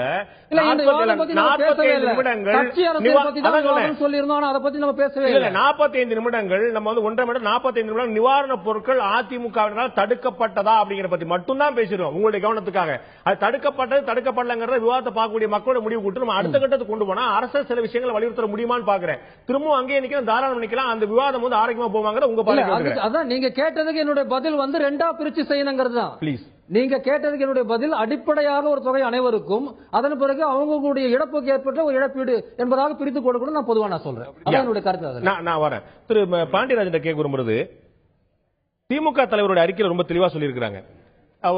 திரு பாலு அவர்களும் குறிப்பிட்டாங்க, பாண்டிச்சேரி மாநிலத்தில் குடிசை வீடுகளுக்கு 15000 ரூபாய் என்றும், நெல்லுக்கு ஹெக்டேருக்கு 20000 ரூபாய் என்றும், வாழைக்கு 35000 ரூபாய், வெற்றிலைக்கு 50000 ரூபாய், காய்கறி பறித்து கரும்பு மரவள்ளி மலர்கள் ஆகியவற்றுக்கு 15000 ரூபாய் தனித்தனியா பிரிச்சு சொல்லியிருக்காங்க. ஆனா என்னுடைய கவனத்துக்கு எட்டிய வரை தமிழக முதலமைச்சர் ஒட்டுமொத்தமாக ஹெக்டேருக்கு 33 விழுக்காடுக்கு மேல போனா இவ்வளவுதான் சொல்லிட்டு 15000 ரூபாய் சொல்லி போட்டு முடிச்சிட்டாங்கன்னு நினைக்கிறேன். 30,000 பயிருக்கு வந்து அம்மா சொல்லி இருக்கிற விஷயம் நான் உங்களுக்கு தெளிவா சொல்லிடுறேன். ஒரு முக்கியமான வித்தியாசம், பாண்டிச்சேரி அரசால இதோட அதிகமா கொடுக்க முடியும் போது இல்ல இங்க பாருங்க இங்க வந்து நம்ம விவசாய இது வந்து ஒரு பக்கம், இன்னொன்னு வந்து 10,000 குடும்பங்களுக்கு குடிசை மாற்று வாரியம் சார்பாக ரெடியா வீடுகள் இருக்கு. அது நம்ம பேசுவோம்.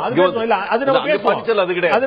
அந்த பேக்கேஜ்ல வந்து பாண்டிச்சேரியில் கிடையாது. 33 விழுக்காடு மற்றும் அதற்கு மேல் சேதமுற்ற நெல் மற்றும் நீர்ப்பாசன பயிர்களுக்கு ஹெக்டேர் ஒன்றுக்கு 13,500 ரூபாய், not 30,000, it is 13,000. நீண்டகால பயிர்களுக்கு ஹெக்டேர் ஒன்றுக்கு 18,000 ரூபாய். ஆனால் இங்க அதிகபட்சம் 18,000, குறைஞ்சபட்சம் 13,500.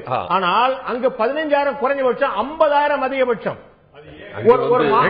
நான் சொல்றேன், குட்டி அரசா பெரிய அரசாங்கிறதுல பாதிப்பு விவசாயிகளுக்கு ஒன்றுதான். இன்னும் சொல்ல போனால் நம்மை விட புதுவைக்கு பாதிப்பு ஒப்பீட்டளவுல குறை இல்ல. இங்க பாருங்க, நம்மளோட கூடுதலான நிவாரணம் அவர்கள் அறிவிக்கிறார் சொல்ல முடியாது. அங்கேயும் வந்து பாதிப்புகள் நிச்சயமா காரைக்காலோ அந்த அவங்களும் புதுச்சேரிக்குள்ளதான் இருக்காங்க. அங்கெல்லாம் வந்து பாதிப்பு அதிகமா இருக்கு. தமிழகத்தை பொறுத்த வரைக்குங்க இது ஒரு பேஸ் மினிமமா கொடுக்கறாங்க. பல மாவட்டங்கள்ல இது வந்து விழுப்புரம், கடலூர், திருவள்ளூர், காஞ்சி மட்டும் கிடையாது, பல மாவட்டங்கள் பாதிக்கப்பட்டு, விருதுநகர் இருக்கு, திருநெல்வேலி இருக்கு, தஞ்சாவூர் இருக்கு, தூத்துக்குடி இருக்கு, அரசாங்கம் கொடுக்கக்கூடிய நிவாரணம் அப்படின்னா முதலமைச்சர் வந்து 5 பக்கத்துக்கு விரிவான அறிக்கை கொடுத்திருக்காங்க. அவங்க ஒரு வார்த்தை அவர்களுக்கு நம்ம அறிக்கை சொல்லி தர வேண்டியதில்லை. அவர்கள் ஒரு வார்த்தை முதல் கட்ட தவணையாக அப்படின்னு சொன்னா இந்த விவாதமே நம்ம தவிர்த்திருக்கலாம்.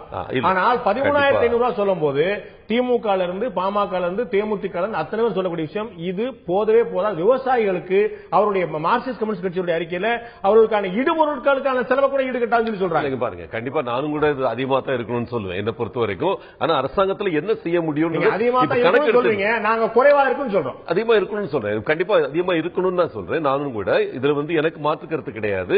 கணக்கு எடுத்துக்கிட்டு இருக்கிறாங்க எல்லா வேளாண்மை அதிகாரிகளும். நாளைக்கு நைட்டுக்குள்ள எடுக்கணும் தெரியலங்க. என்ன பொறுத்த வரைக்கும் ரொம்ப தெளிவா 33 விழுக்காடு ஹெக்டேரு நெல்லு மற்றும் நீர்ப்பாசனம் மற்றும் வந்து நீண்டகால பயிர் எல்லாத்தையுமே தெளிவா வரையறுத்துட்டாங்களே, எல்லாத்தையும் ஒரே இதுல கொண்டு வந்தாங்களே. ஆனா அங்க வந்து பாண்டிச்சேரியில கிளாசிபிகேஷன் பார்க்க முடியும், தனித்தனியா பார்க்க முடியும். இல்ல கண்டிப்பா இந்த தொகையை பொறுத்த வரைக்கும் என்னோட தொகுதியிலே கூட இப்ப இதனால ஒரு 500 ஹெக்டேர் வரைக்கும் பாதிக்கப்பட்டிருக்கிறாங்க. அந்த கணக்குகள் எடுக்கப்பட்டு கொண்டிருக்கிறது. எல்லாரும் விவசாயிகள் இப்ப நினைக்கிறது முதற்கட்ட தான் நினைக்கிறாங்க. அது வந்து விவசாயிகள் இருக்கிறது முதல் கட்டம் முதல் கட்டம் பெருமகிழ்ச்சி மாற்றுக்கிறதுல. ஆனா முதல் கட்டம் முதலமைச்சர் அறிவிக்கல, மாஃபா பண்ணிடுறேன்னு சொல்றாரு. இல்லங்க, என்ன பொறுத்த வரைக்கும் இவங்க 33% மேல எவ்வளவு அஃபெக்ட் ஆயிருக்குன்னு கணக்கெடுத்துட்டு இருக்காங்க. இந்த அமௌண்ட் வந்து ஒப்பீட்டளவிலும் கூட குறைவுதான். ஆனா அவங்க வந்து நீங்க ஒண்ணு பார்க்கணும், பாண்டிச்சேரியில இல்லாத ஒரு விஷயம் என்னன்னா, இங்க வந்து கால்நடைகளுக்கு தனியா கொடுத்திருக்காங்க. அதுல யாருமே குறை சொல்லல. ஒரு கால்நடைகளை பொறுத்த வரைக்கும் 30,000 ரூபாய் நான் சொன்னது வந்து கால்நடைகளை பொறுத்த வரைக்கும் ஒரு அது பாண்டிச்சேரியில தான் அவ்வளவுதான் சொல்லியிருக்காங்க. இல்ல, இங்க ஆடு பன்றிக்கு தனியா கொடுத்திருக்காங்க, கோழிக்கு தனியா கொடுத்திருக்காங்க. இது வந்து இது எதுலயுமே வந்து மத்திய அரசாங்கத்துடைய கைட்லைன்ஸோ எதுவோ வந்து என்ன இருந்தாலும் அதுக்கு மேலதான் கால்நடைகளை பொறுத்தளவுக்கு மத்திய அரசாங்கத்தோட கைடன்ஸ் என்ன இருக்கோ அப்படியே கடைபிடிக்கப்பட்டிருக்கு. கோழி விவகாரத்தை தவிர கோழிக்கு 50 ரூபாய் சொல்லிருக்காங்க, தமிழக அரசு 100 ரூபாய் கொடுத்திருக்கு. கால்நடைக்கு வந்து 30,000 ரூபாய் சொல்லிருந்தாங்க, 30,000 தான் பரிந்துரை சொல்லப்பட்டிருக்கு. அதுல வந்து கூட கொடுக்கல. துரை கருணாநிதி கேட்க விரும்பக்கூடிய விஷயம், இந்த கணக்கெடுப்பு கொடுக்கும்போது முகாம்கள்ல வந்து மீட்கப்பட்டவருடைய எண்ணிக்கை மொத்தம் 15 லட்சமா சொல்லப்படுறாங்க. முகாம்கள் இருக்கக்கூடிய எண்ணிக்கை மொத்தம் 11 லட்சமா சொல்லப்படுறாங்க. முகாம்களுக்கு வெளியே கூட பாதிக்கப்பட்டவர்கள் 1000 பேர் இருக்கிறாங்க, 1,00,000 பேர் இருக்கிறாங்க. முகாம்களுக்கு போகாம நண்பர்களுடைய வீட்டிலேயோ உறவினர்கள் வீட்டிலேயோ வெளியிடங்களிலேயோ வெளியூர்களுக்கோ சொந்த ஊருக்கோ ஓடி போனவங்களா இருக்கிறாங்க, அந்த சமாளிக்க முடியாம. இவர்களுக்கான நிவாரணத்தை எப்படி சென்று சேர்ப்பது? கணக்கெடுக்கும் பணி இன்றைக்கு துவங்கி சொல்றாங்க. இந்த கணக்கெடுப்புல என்னென்ன விஷயத்தை கவனத்துல கொள்ளும்? இப்ப ஆடு, மாடு, கோழி, பன்றி சொல்லியாச்சு, நெல் பயிர் சொல்லியாச்சு. Grinder, mixie, fan, TV, fridge, bed, மெத்த, டிரெஸ், இதுக்கெல்லாம் யார் சொல்ல போறா? ஒரு வேட்டி, ஒரு சேலை, 10 கிலோ அரிசி ஒட்டுக்கு எல்லாரும் கொடுத்தா அது சரியான இழப்பீடாக இருக்குமா? நிச்சயமாக. ஏற்கனவே நாம பேசினபடி இது ஒரு மிகப்பெரிய ராட்சத பேரிடர். பல லட்சக்கணக்கான மக்கள் தங்களுடைய உடைமைகளை இழந்திருக்கிறாங்க. இதுவரைக்கும் நாம தமிழ்நாட்டில் குடிசை வீடு, ஓடு வீடு, சாதாரண மண் வீடுகள் அவங்க மட்டுமே பாதிப்படைஞ்சு அவங்களுக்கு மட்டுமே நிவாரணம் அப்படிங்கிறது தான் காலங்காலமா அரசாங்கம் கடைபிடிச்சு வர நடைமுறைகளாக இருந்தது. இந்த முறை பார்த்தீங்கன்னா இந்த ஒரு அபரிமிதமான வெள்ளம் வந்து பல நடுத்தர குடும்பங்கள், நீங்க சொன்ன மாதிரி ரேடியோ, ஃப்ரிட்ஜ், டிவி, அவ்வளவு உடைமைகளும் இழந்திருக்கிறாங்க. இத நாம இந்த வாக்காளர் பட்டியல் கணக்கெடுக்கிற மாதிரி வீடு வீடாக சென்று இது ஒரு மிகப்பெரிய அளவில் இது பணிகளாக வெறும் விஓ அந்த வருவாய்த்துறை அலுவலர்கள் மட்டுமே பண்ணாம வீடு வீடாக சென்று கணக்கெடுப்பு நடத்தி அந்த இழப்பீடுகளை கணக்கெடுத்து இன்னும் ஒரு 10,000 கோடி மத்திய அரசிட்ட இந்த பேரிடர் நிவாரண நிதியாக பெற்று அவர்களுக்கும் இந்த நிவாரண தொகைகளை முறையாக வழங்கணும் அப்படிங்கறதான் மக்களுடைய எதிர்பார்ப்பு. எனக்கு ஒரு சின்ன யோசனை தோணுச்சு, சரியா தவறான்னு தெரியல. இப்போ வந்து பல வீடுகள்ல அது வந்து குடிசை வீடுகளோ, காரை வீடுகளோ, அடுக்குமாடி வீடுகளோ, முதல் தளம் 2வது தளத்துல இருந்த வரைக்கும் பல பேருக்கு வந்து அவங்களுடைய அடிப்படை ஒரு ஃபேன் வரைக்குமே போயிருச்சு. தமிழக அரசோ இலவசமாக அவங்களுடைய வார்த்தையில விலையில்லாத மடிக்கணினி, விலையில்லாத மின்விசிறி, கிரைண்டர், மிக்சி கொடுத்துட்டு இருக்காங்க. ஏன் இந்த பாதிக்கப்பட்ட வீடுகளுக்கு எல்லாத்துக்கும் இலவசமா இன்னொன்று கொடுத்துடக்கூடாது? அடிப்படை தேவை நிறைவேறக்கூடிய வாய்ப்புகள் இருக்கு இல்லையா? நிச்சயமா இது ஒரு சரியான ஆலோசனை. பாதிக்கப்பட்ட வீடுகளுக்கு எல்லாருக்குமே இவங்களோட அறிவிப்புல இருக்குன்னு நான் எதிர்பார்த்தேன். இந்த விலையில்லாத பொருட்களை ஏன் அவங்க திரும்ப கொடுத்துடக்கூடாது? அவங்களுக்கு எல்லாமே அடிச்சுட்டு போயிருச்சு. ஒரு ஊடகத்துல ஒரு கார்ட்டூன் போட்டிருந்தது போல நமக்கு இதெல்லாம் தேவை, நம்ம உயிர் தான் தேவைப்படுறது, நமக்கு கொடுத்தது பூரா அடிச்சு போயிருச்சுன்னு சொன்னாங்க. So fan, mixie, grinder, laptop இது 4மே வந்து ரொம்ப அடிப்படை தேவையா பார்க்கக்கூடிய விஷயம். இன்னைக்கு 4மே இழந்திருக்காங்க. அப்ப அவங்களுக்கு இது கிடைச்சது அப்படின்னா கடந்த ஆட்சியில் கொடுக்கப்பட்ட டிவி உள்பட இது வந்து அவங்களோட வீடு கொடுச்சுன்னா ஒரு அடிப்படை தேவை வந்து வாங்கக்கூடிய விஷயத்துல ஒரு மிகப்பெரிய சிக்கலை தான் ஏற்படுத்தும். இல்ல, கண்டிப்பா உங்களுக்கு நீங்க முதல்ல சொன்ன மாதிரி மீட்பு முடிஞ்சு நிவாரணம் வந்து இப்ப அந்த நிவாரண ஸ்டேஜ்ல இருக்கும். இப்ப அதுக்கு அடுத்து நீங்க சொல்ற விஷயங்கள் வந்து சீரமைப்புல வரணும். அதாவது வந்து அவங்க மறுவாழ்வு தான் வரணும். அவங்க வந்து மறுவாழ்வுக்கு வந்து என்ன ஆதாரங்களான தேவைகள் இருக்கோ, இப்ப வந்து பிள்ளைகளுக்கு கொடுக்கிற நோட் புக்கு கூட திருப்பி உடனே கொடுக்கறாங்க ஆரம்பிச்சாங்க. பள்ளிக்கல்வி இயக்குனர் சொல்றாரு நான் கேக்குறேன், மீட்பு, நிவாரணம், மறுவாழ்வு 3 கட்டங்களா இருந்தாலுமே 3 ஒன்று கொண்டு தொடர்புடையவை. மீட்போட சேர்ந்ததான் நிவாரணம், நிவாரணத்தோட சேர்ந்ததான் மறுவாழ்வு. 3 தனித்தனியான செக்டார். இதுவரைக்கும் எந்த இடத்துலயும் இல்லாத அளவுக்கு உங்களுக்கு மருத்துவ முகாம்கள் இன்னைக்கு வந்து எல்லா டாக்டர்ஸ், கவர்மெண்ட் டாக்டர்ஸ், சார் வந்து சொன்னாரு அரசு இயந்திரம் இயங்கலன்னு, அங்க அவரும் சொல்லிட்டு இருக்காரு. கீழ்நிலையில இயங்குறாங்க, அதிகாரிகள் என்கிறாங்க, ஆனா அரசு அதிகாரிகள் நடக்கிற பத்தி நான் கேட்கல, நான் நிவாரண பொருட்களை பத்தி கேட்கிறேன். அது ஒரு நிவாரணம் தானங்க, முக்கியமான நிவாரணங்க. இது இன்னைக்கு வந்து இன்ஃபெக்ஷஸ் டிசீசஸ் எதுவும் இல்லாம இப்ப போய்கிட்டு இருக்கு. அந்த பிரச்சனை இல்லாம இன்னைக்கு எல்லா இடத்துலயும் வந்து துப்புரவு தொழிலாளிகள் இன்னைக்கு 25,000 பேர் சென்னையில ஃபுல்லா இயங்கிட்டு இருக்கிறாங்க. எந்த அரசு இதை இயங்கலங்கிறீங்க? நீங்க வந்து இப்ப 200 கவுன்சிலர் வந்து இல்ல அப்படின்றத வச்சு நீங்க வந்து இதை சொல்லக்கூடாது. இல்ல இல்லங்கிறத நீங்க ஒத்துக்கிறீங்க? இல்ல இல்ல 200 கவுன்சிலர் சொல்லிடக்கூடாது. அவர் சொன்ன கருத்தை நான் சொல்றேன். இந்த மாதிரி வந்து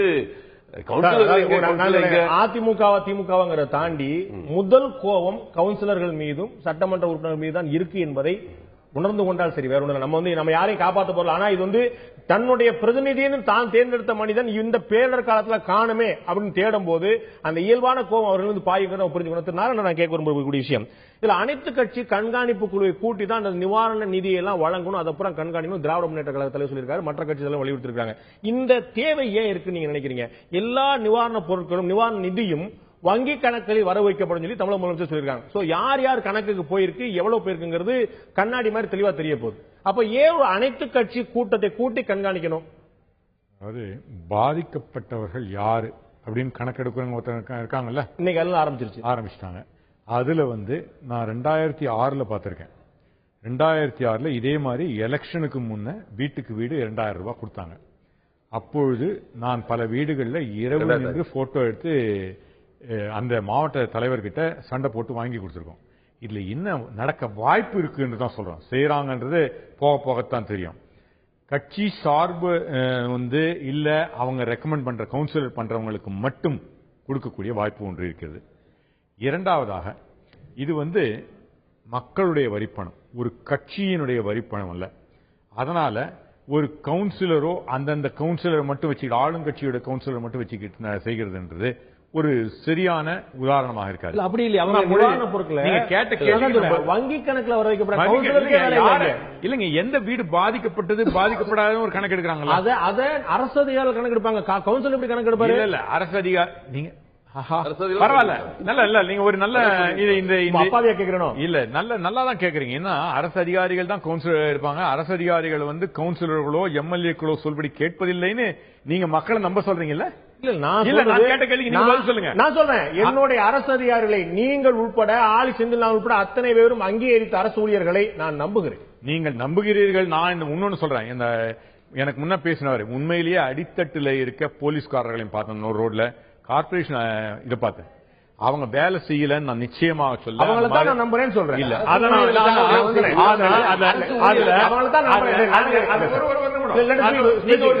ஒரு கேள்வி கேட்டீங்க. அவர் வந்து மண்டி போச்சு போலீஸ்காரங்க ஏன் வந்து ராணுவத்தை ஒண்ணும் கூப்பிடல இந்த விஷயம்? இல்ல நிவாரணத்தை பத்தி தான் பேசுறோம். அங்க போகச்சே நிவாரணம் கொடுக்க முடியாம தடை செய்யறாங்கன்றோம். நல்ல கண்டனம் சொல்லி டைம் அண்ட் டைம் அகைன் நான் இந்த அரசு வந்து இயந்திரம் டாப்ல சரியாக பிளானிங் இல்ல, எக்ஸிகியூஷன் இல்ல, ஆர்டர் இல்லன்னு சொல்றேன்.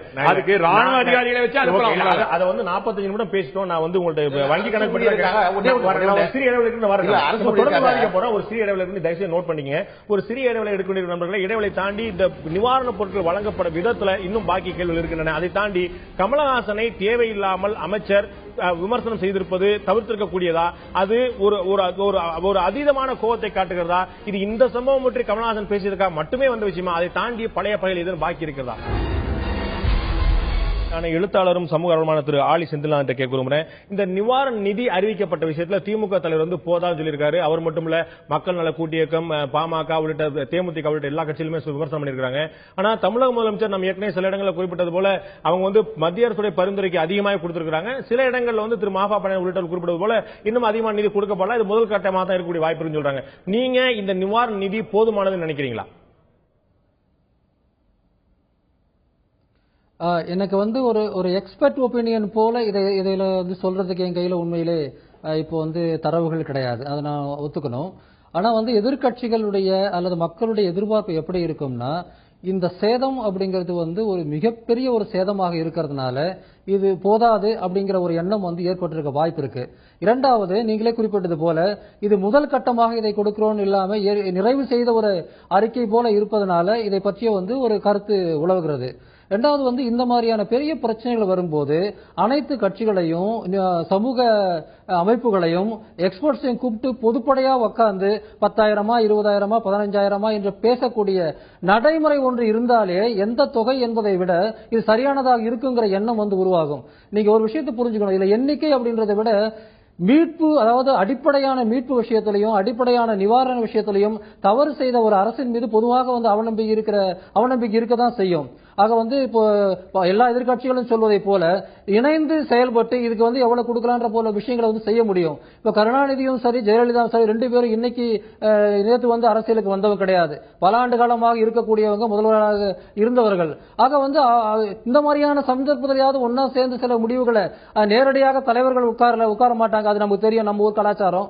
ஆனா ஏதோ ஒரு விதத்துல வந்து அனைத்து கட்சியும் சேர்த்து கொண்டு சில விஷயங்களை முடிவெடுத்தால் அந்த தொகை சரியானதா இல்லையா என்பதை வந்து பேச முடியும். அப்படி இல்லாத நேரத்தில் இவ்வளவு பெரிய நீங்க பாருங்க, அதாவது வந்து இதற்கு முன்பு வந்த புயல் சுனாமி அப்படிங்கிறதுக்கும் இப்ப இருக்கிறதுக்குள்ள அடிப்படையான ஒரு வித்தியாசம் அப்படிங்கிறது, இது வந்து இதனுடைய உண்மையான பாதிப்பு வந்து இன்னும் கூட முழுமையாக வெளியே தெரியல.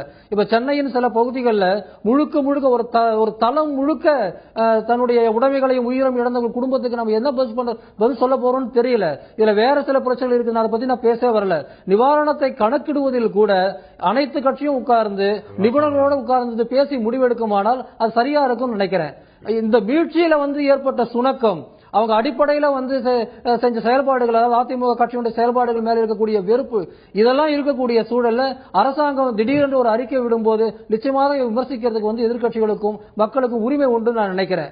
அதே சமயத்தில் அது தவறு என்ற அடிப்படையில் நான் பேச வரல, சேர்ந்து செயல்படுறது சரியானதா இருக்க முடியும். பால்ட்ட கேட்கணும்ன்றது, இந்த மாதிரி ஆற்றோர கரையில் இருக்க கரையோரம் ஆற்றங்கரையோரம் இருக்கக்கூடிய நபர்களுடைய வீடுகள் சேதாரமாயிருக்குன்னா அவர்களுக்கெல்லாம் உடனடியாக 10,000 வீடுகளை ஒதுக்க உத்தரவிட்டுன்னு சொல்றது எவ்வளவு பெரிய ஒரு அற்புதமான விஷயமா பார்க்கணும். உடனடியாக நிரந்தரமற்ற வீடுகளில் இருந்தவங்க, நதிக்கரையோரம் இருந்தவங்க, உத்தரவாதமற்ற வாழ்க்கையில் இருந்தவங்க ஒரு நிரந்தர வீடு உடனடி ஒதுக்கீடு, ஏற்கனவே வேற பர்பஸ்க்காக தயாராக இருந்த வீடு உங்களுக்கு ஒதுக்கீடு செய்யப்பட்ட எவ்வளவு ஒரு மகிழ்ச்சிக்குரிய விஷயமா பார்க்க விட்டு உங்களுடைய தலைவர் நிறுவனர் டாக்டர் ராமதாஸ் வந்து இது ஆற்றங்கரையோரம் இருக்கக்கூடிய மக்களை அவரோட வாழ்வாதாரத்திலிருந்து வேரோடு பிடுங்கி எறியக்கூடிய சதி அப்படின்னு சொல்றது என்ன நியாயம்?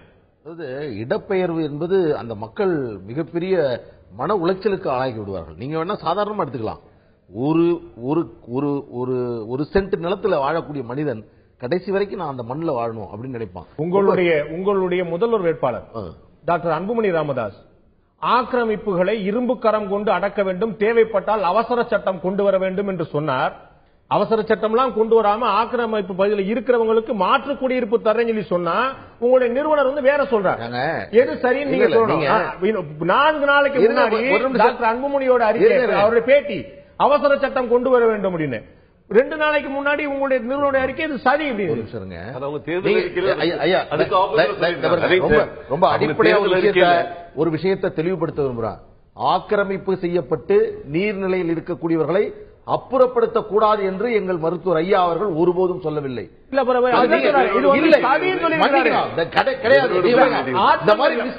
நான் தனியா 2 அறிக்கை எடுத்து வைப்போம், விவாதிப்போம். ஒரு இடத்திலாவது ஆக்கிரமிக்கப்பட்ட பகுதியில் இருக்கக்கூடியவர்களை அப்புறப்படுத்த வேண்டும் ஒரு இடத்திலையும் சொல்லல. சொல்றீங்க இந்த ஒரு விஷயத்தை நான் அனுமதிக்கவே மாட்டேன். எங்களுடைய கருத்து அது அல்ல. உங்களுடைய தவறு. நான் சொல்றேன் இதே நிகழ்ச்சியில தவறா இருந்தா நான் மன்னிப்பு கேட்க தயார். மன்னிப்பு கேட்க வேண்டும் நான் சொல்ல இல்ல சார். எங்களை பொறுத்தவரை இந்த மழை பிரச்சனையில் ஒரு விஷயம் அறிக்கை விடுவதில் மற்ற எந்த அரசியல் கட்சி தலைவரோட மிக அளவு நீங்கள் ஒரு வழக்கறிஞரும் கூட இதை பதிவு பண்ணிட்டு சொல்றேன். ஆற்றம் கரையோரம் குடியிருக்கக்கூடிய மக்களை அங்கிருந்து அப்புறப்படுத்த நடக்கும் சதி என்கிற வார்த்தை அங்க இருக்கிறதா சொல்லுங்க. ஆற்றங்கரையோரம் இருக்கக்கூடிய மக்கள் பட்டா வாங்கி, சிட்டா வாங்கி, அடங்கல் வாங்கி சட்டப்பூர்வமான அங்கீகாரத்தில் குடியிருக்காங்களா? நீங்க சொல்லுங்க. நீங்க தயவு செய்து ஆற்றங்கரை அங்க இருக்கக்கூடிய லேண்ட் கிளாசிபிகேஷன்ல நீர்வழி பாதை என்று சொல்லக்கூடிய இடத்தில் இருக்கக்கூடிய யாரை வேண்டுமானாலும் மக்கள் அப்புறப்படுத்துங்கள் நாங்கள் சொல்ல. ஆனால் உங்களுடைய நிறுவனர் சொல்லி இருக்கிறார். இல்லை, ஒருபோதும் அப்படி சொல்லி இருக்க மாட்டார். நான் சொல்லவில்லை. இல்ல இல்ல, நீங்க ஆற்றங்கரை ஓரம் என்று சொன்னால் இப்ப எனக்கு பட்டா இருக்கு, என்னுடைய அருகில வந்து ஆறு போயிட்டு இருக்கு, அங்கிருந்து என்னை அப்புறப்படுத்த வேண்டும் என்று சொன்னால் அந்த நீர்வழி பாதையை சரி செய்வதை தமிழக முதலமைச்சர் தப்பானது சொல்றது. சென்னை மாநகரில் அடையாறு, கூவம், பக்கிங்காம் கால்வாய் ஆகியவற்றின் கரையோரங்களில் குடிசை வீடுகள் தங்கி இருந்தவர்கள் தங்கள் வீடுகளை இழந்துவிட்டனர். தமிழக முதலமைச்சரோட அறிக்கை. அவர்களுக்கு ஒக்கியம், துறைப்பாக்கம் மற்றும் பெரும்பாக்கம் அமைப்பது தமிழ்நாடு குடிசை பகுதி மாற்று வாரியத்தால் சொல்ல விடல, உடனே ஒதுக்கி இருக்கேன். அவங்க யாரை குறிப்பிடுறாங்கன்னு தெளிவா சொல்லியிருக்காங்க. அந்த ஆற்று பகுதியில் இருக்கிறவங்களுக்கு தான் உங்களுடைய தலைவர் அதை நிறுவனர் அதை அப்படியே மேற்கோள் காட்டிட்டு அவர்களை ஆற்றம் கரையோரம் வாழக்கூடிய மக்களை அங்கிருந்து அகற்ற நடக்கும் சதி என்றாரு. உங்களுடைய நிறுவனர் ஒன்று சொல்கிறார், உங்களுடைய முதல்வர் வேட்பாளர் இன்னொன்று சொல்கிறார். மீண்டும் சொல்றேன், மிக தெளிவா சொல்றோம். ஆற்று நிலைகளில் இருக்கக்கூடியவர்களை, அந்த ஆக்கிரமிப்புகளை இரும்பு கரம் கொண்டு அதை அகற்ற வேண்டும் என்ற கருத்தில் ஒருபோதும் எங்களுக்கு மாற்று கருத்து அல்ல. இவங்க சொல்லக்கூடிய அடையாறு, பக்கிங்காம், கூவம் பகுதியில் இருக்கக்கூடியவர்களா ஆக்கிரமிக்கிறவர்களா இல்லாட்டி சட்டப்புறம் இருக்கிறோம் நீங்களே சொல்லுங்க. இப்ப கடலூர் பகுதி எடுத்துங்க. இவங்க மென்ஷன் பண்ணி சொல்லிருக்காங்க. கடலூருக்கு திருநெல்வேலிக்கு போக வேண்டியதில்லை.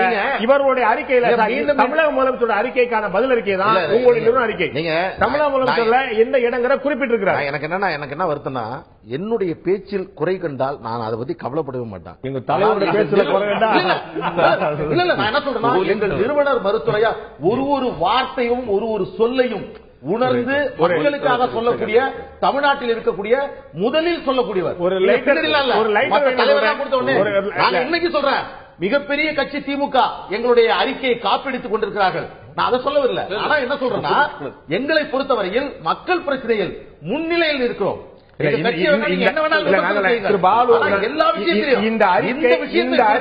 இந்த அறிக்கை உங்களுடைய நிறுவனர் கொடுத்ததா இல்லையாங்கிறத உங்களுடைய பார்வைக்கு விட்டுறேன்.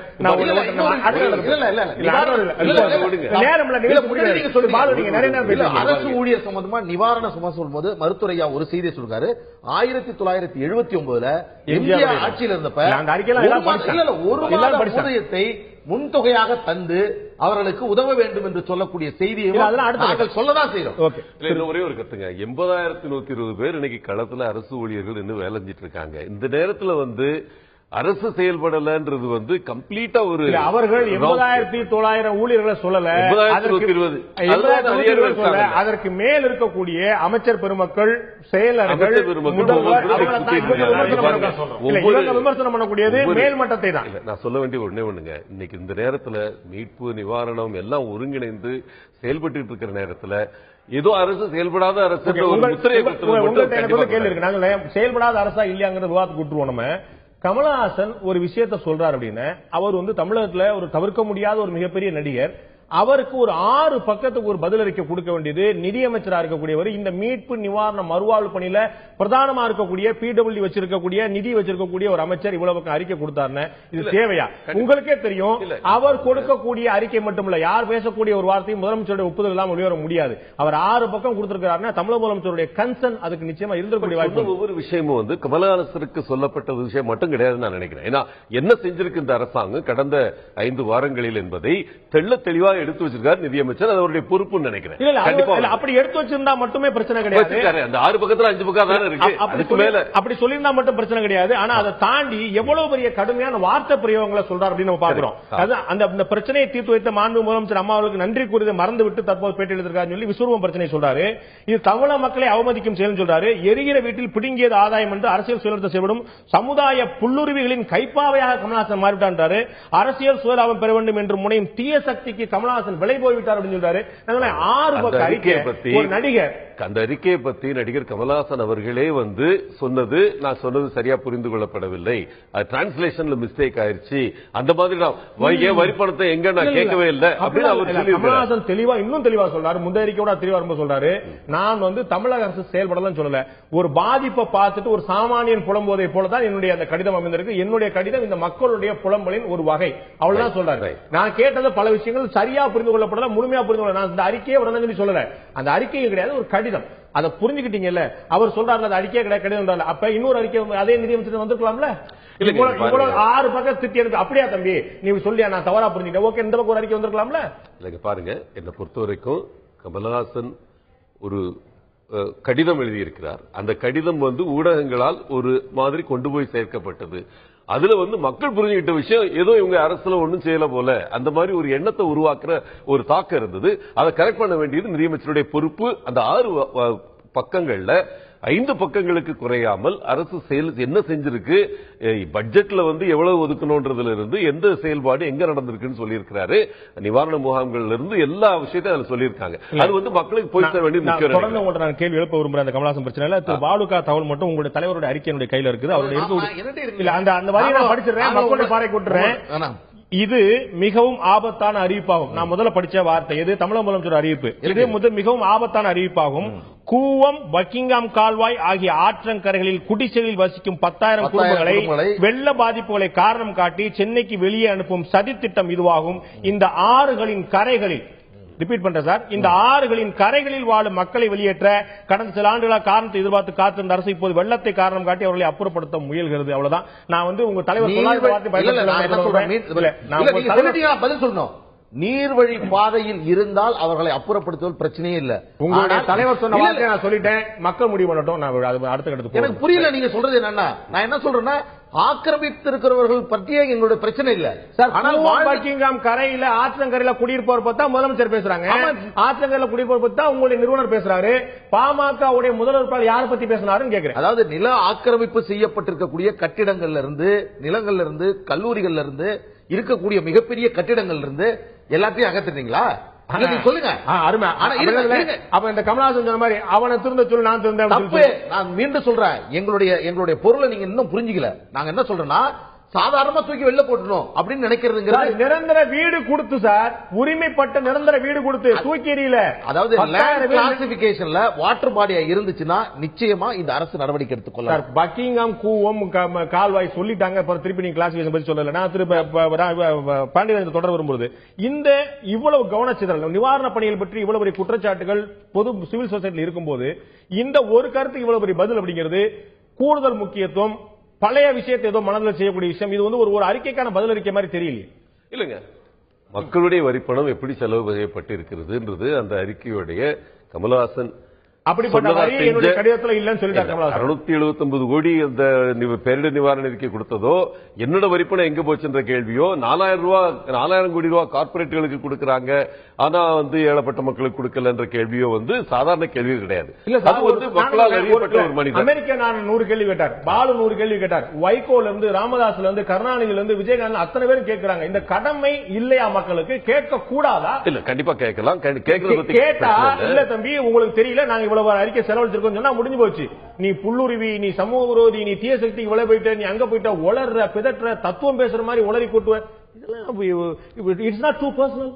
இல்ல, I understand. But I think அவரே கமலஹாசனே சொன்ன மாதிரி இது ஒரு புலம்பலின் வெளிப்பாடு. அவர் சொன்ன விஷயம் ஏதோ ஒரு கான்டெக்ட்ல நான் சொன்ன விஷயத்தை இந்த மாதிரி ஊடகங்கள் கொண்டு போய் சேர்த்துருச்சு. கமலஹாசனே அதை வித்ரா பண்றாரு. அவர் கேட்ட பல கேள்விகள், அது நான் சொன்ன விஷயம் வேற, அது தப்பா புரிஞ்சு சொன்ன விஷயத்தை புரிய வைக்க முயற்சி பண்ணிட்டு இருக்காரு. ஆனா இந்த கார்பரேட்டுகளுக்கு நீங்க காசு கொடுத்துட்டீங்கன்றதெல்லாம் மத்திய அரசாங்கத்தை கேட்கிற கேள்வி. அவர் அந்த கேள்விக்கு பதில் கொடுக்க வேண்டியது கட்டாயம் இருக்கு. கொடுக்க கூடாது சொல்ல, எதிர்கட்சிகள் பதில் கேட்கும் சொல்லணும் தான் சொல்றாங்க. அந்த ஒரு பதில் தாண்டி ஒரு குரோதம், ஒரு கோபம் போல வருது அப்படிங்கறத கண்டிப்பாங்க. இங்க ஃபீல்ட்ல இருந்து ஒர்க் பண்ணிட்டு இருந்தவங்க இந்த அரசு கடைநிலை ஊழியர்கள் மட்டும் கிடையாது, அமைச்சர்களும் தான், எம்எல்ஏக்களும் தான்.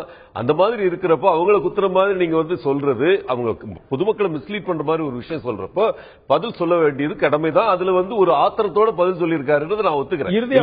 இறுதியா உங்கள்ட்ட ஒரு கேள்வி, இந்த பலி எண்ணிக்கை ஏன் அதிகாரப்பூர்வமாக ஒருமுறை கூட வெளியிடப்படவில்லை? 245, 269 முரண்பாடு உங்கள்ட்ட ஏற்கனவே சொல்லிட்டேன். இறந்த ஒவ்வொரு மனிதருக்கும் அவங்களுக்கு நிவாரணம் கொடுக்கிறப்ப அம்மா அவர்கள் அவங்க பேரை சொல்லி, ஊரை சொல்லி, எந்த இடத்துல என்ன யாரு கொண்டு போய் கொடுக்கறாங்கன்றது வரைக்கும் அதை அறிக்கை விட்டுருக்காங்க. அந்த நீங்க சொன்ன 249 பேருக்கு அதை கொடுத்தாச்சு. எதை உறுதிப்படுத்தி அதை கரெக்டா கொடுக்கணுமோ, எந்த பேர்களையும் பாத்துக்கங்க. தமிழக முதலமைச்சர் ஒவ்வொரு நாள் அறிக்கை வெளியிடுது. நான் கேட்கிறேன், நேற்று வரை எந்தவருடைய எண்ணிக்கை 145, இன்று 148 சொல்லி இருந்தா ஒரு கணக்கா பாதிப்பால இருந்தவருடைய எண்ணிக்கைன்னு இந்தியாவிலேயே யாருக்கும் தெரியாது, சம்பந்தப்பட்ட துறை செயலர் அல்லது அமைச்சரை தவிர. பாருங்க, பல இடங்கள்ல அதை இன்டர்பிரேட் பண்ண வேண்டியிருக்கும். இப்ப நீங்க மேயாட்டு ஆஸ்பத்திரி இஷ்யூ எடுத்துக்கிட்டீங்கன்னா, எது வெள்ளத்தால் நிகழ்ந்த மரணம், எது வேற விதத்தில் நடந்த மரணம் சொல்லலாம். அப்ப இங்க பாருங்க, இந்த டயத்துல திமுக தலைவர் கைது செய்யப்பட்ட போது மரணித்தவர்கள் எத்தனை எண்ணிக்கை முரசொல்ல வந்துட்டே இருந்துச்சு. தமிழக முதலமைச்சர் கைது செய்யப்பட்ட போது மரணித்தவர்கள் எண்ணிக்கை எவ்வளவுங்கிறது நம்ம வந்துட்டே இருந்துச்சு. அந்த புள்ளி விவரம் துல்லியமா இருந்துச்சு. இதுல நம்ம இனிமேதான் கணக்கெடுக்க சரியா. பல பேரிடர்கள்ல இந்த மாதிரி ஒரு இன்னைக்கு 100 பேரு, நேற்று 50 பேரு, முன்னாடி 25 பேருன்னு சொல்றதே கூட மக்களுடைய ஒரு ஆன்சைட்டியை கிரியேட் பண்ணும். அந்த ஆன்சைட்டியை தேவையில்லாம உருவாக்க வேண்டியது அரசுடைய கடமை கிடையாது. அதை அடக்கி வைக்க வேண்டியது அரசாங்கத்தோட கடமை. யாரு தேவையில்லாம அரசு இங்க பாருங்க, ஊடகங்கள் பாருங்க, ஒரு எத்தனை பேர் இறந்தாங்கிறது மக்கள் தெரிஞ்சுக்க வேண்டிய அடிப்படை கடமை சார். ஒவ்வொரு வீட்லயும் ஆளை காணும் தேடிட்டு இருக்கிறான், அவன் இருந்தானா இறந்தானாங்கிற சொல்ல வேண்டிய கடமை நமக்கு உறுதிப்படுத்தப்படாமல் அது வந்து இது இந்த பணம் வந்து இன்னாரோடது அப்படின்னு உறுதிப்படாத நேரத்தில் கோரிக்கை என்ன, சிஎம் அறிவிக்கும் போது டோல் சேர்த்து அறிவிச்சாங்கன்னா ஒரு கிளாரிட்டி கிடைக்கும் அப்படிங்கிறது. இல்ல டோல் வந்து எப்படி அறிவிக்க முடியும்? இன்னைக்கு வந்து 500+ இல்லங்க, 500+ இட்ஸ் ஸ்பெகுலேஷன். ஓகே, உங்களுடைய இறுதியான கருத்து இந்த பிரச்சனையில்? அரசாங்கம் தன்னுடைய முழு சக்தியையும் பயன்படுத்தி அவர்களால் என்ன முடியுமோ அதை செய்திருக்கிறாங்க. நிவாரண பணிகள் ஒரு விஷயம் இல்ல, ஒரு விஷயம் ஒரு மிகப்பெரிய பேரிடர் இழப்பு. இந்த மக்களை காக்க வேண்டிய பொறுப்பும் கடமையும் அரசாங்கத்துக்கு நிச்சயமா உண்டு. அது வாளா இருந்துட்டா என்ன விளைவுகள் ஏற்படுங்கிறதும் இந்த அரசாங்கம் உணர்ந்திருக்கு. எனவே அவங்க செய்திருக்கிறாங்க அப்படிங்கிறது உங்களுடைய இறுதியான கருத்து. ஒன்று, கமலஹாசனை சொன்னது இது வந்து சோசியல் மீடியா எல்லாருக்குமே ஒரு பயமுறுத்தலாக அரசாங்கம் செய்கிறது என்பதை நான் பதிவு செய்ய விரும்புகிறேன். அவ்வளவு பெரிய நடிகர், அவர் சொன்னதே நாங்க இந்த மாதிரி வான் பண்ணிருக்கோம், நீங்க எல்லாம் ஜாக்கிரதையா இருங்கன்னு பொதுமக்களை இந்த அரசு வான் பண்றதாக நான் அந்த கமலஹாசனுடைய அறிக்கைக்கு அரசனுடைய அதிகாரப்பூர்வமாக மிரட்டல் துணியில் உள்ள இதை விட கடுமையாக சொன்னதை அப்படித்தான் பார்க்கிறேன். பொதுமக்கள் பலரும் அதை பார்க்கிறாங்க. என்னுடைய கருத்தை மட்டும் பார்க்கிறாங்கன்னு சொல்றேன், அவ்வளவுதான். இதை விட கடுமையான கருத்துக்களை நீங்கள் உள்ளிட்ட அனைத்து எதிர்க்கட்சி பொறுப்பும் சொல்ல நிச்சயமாக அப்படிப்பட்ட கருத்து வரலையே. அதான் சொல்றேன். ஏன்னா பொதுமக்கள், அதாவது ஒண்ணுமே இந்த மீடியா சோசியல் மீடியால குப்பை சுப்பை எல்லாருமே சொல்லிக்கிட்டு இருக்காங்க. கமலஹாசன் நாங்க இந்த மாதிரி சொல்றோம், நீங்க எல்லாம் ஜாக்கிரதை, சாதாரண பொதுமக்களை மிரட்டும் துணியில பார்க்கிறார். 66A செக்ஷன் வந்து தகுதி நீக்கம் செய்யப்பட்டுருச்சு, அது வந்து அமல்ல இல்ல. உங்களுக்கு தெரியுமா தெரியாதோ, அம்மா குத்தம் தெய்வ குத்தம்ன்றதெல்லாம் வார்த்தைகள் இந்த தமிழ்நாட்டில் உபயோகப்பட்டிருக்குன்றது நான் இங்க ஞாபகப்படுத்த விரும்புறேன். ஆனால் இது ஒண்ணு நீங்க நடக்காதுன்னு நீங்க நினைக்க வேண்டாம். இது வந்து இந்த கடுமையான விமர்சனங்கள் இங்க நடப்பது காட்டாட்சியா அப்படிங்கிற கேள்வி எல்லாம் எதிர்க்கட்சி தலைவர் எழுப்பி உண்மை நான் மறுக்கல. பொதுமக்கள் இப்படி பார்க்கிறார்கள் என்பதை மட்டுமே நான் என்னுடைய கருத்தை கேட்டுங்க, அதுக்கு நான் பதிவு. ஆலி செந்திலா, உங்களுடைய சுருக்கமான இறுதியான பதில் இந்த ஒட்டுமொத்த பிரச்சனையில செந்திலா? இல்லைங்க, நான் ஒரு கருத்தை மட்டும் நான் தெளிவா சொல்ல விரும்புறேங்க. தமிழ்நாட்டில் வந்து ஆளுங்கட்சிக்காரங்க மட்டும் இல்ல, எதிர்கட்சிக்காரங்க மக்கள் எல்லாருமே வந்து தமிழக முதல்வர் ஜெயலலிதாவை அம்மா அப்படின்னு தான் வந்து கூப்பிடுறாங்க. ஆனா இந்த முறை அவங்க வந்து அம்மாவா நடந்துக்கல. அவங்க தாயுள்ளம் கொண்டவர் தங்களையே சொல்லிக்குவாங்க, தாயுள்ளம் கொண்டவர்களாக நினைக்கல. உணர்வு பூர்வமாக இவ்வளவு பெரிய துயரத்தின் போது மக்களோடு அவர்கள் இல்லை என்பதுதான் பெரும்பான்மை மக்களுடைய அடிப்படையான ஒரு குற்றச்சாட்டு. இதை தயவு செய்து புரிஞ்சுக்குங்க. 10,000 15,000 12 மணிக்கு பொட்டலம் போட்டாங்களா 11 மணிக்கு போட்டாங்களாங்கிறத விட அவர்கள் உணர்வு பூர்வமாக இந்த துயரத்தில் மக்களோடு பங்களிக்கவில்லை. அந்த கட்சி தலைமையினுடைய அதே வழிகாட்டின் அடிப்படையில் மக்களோடு இணைந்து நிற்கவில்லை. இதான் களத்தில் நாம் காணக்கூடிய உண்மை. இதை எப்படி பூசி மெழுகினாலும் மக்கள் மத்தியில் இருக்கக்கூடிய உணர்வு என்பது அடிப்படையில் இந்த அரசு இந்த சமயத்தில் என்னோடு இல்லை என்பதுதான். இதை வந்து தயவு செய்து புரிஞ்சுக்கங்க. இதை பூசி மெழுகிறதுனால அது அதிமுகவுக்கு பலவீனமே ஒழிய ஒருபோதும் பலம் அல்ல. உங்களுடைய இறுதியான கருத்து திருப்பாண்டி? கம்ப்ளீட்டா அதுல இருந்து மாறுபடுறேன். என்னை பொறுத்த வரைக்கும் அனைத்து இந்திய அண்ணா திராவிட முன்னேற்ற கழகம், புரட்சி தலைவி அம்மா அவர்களும் சரி, கடைநிலை தொண்டன் முதற்கொண்டு ஃபீல்ட்ல நின்று ஒர்க் பண்ணிட்டு இருக்காங்க.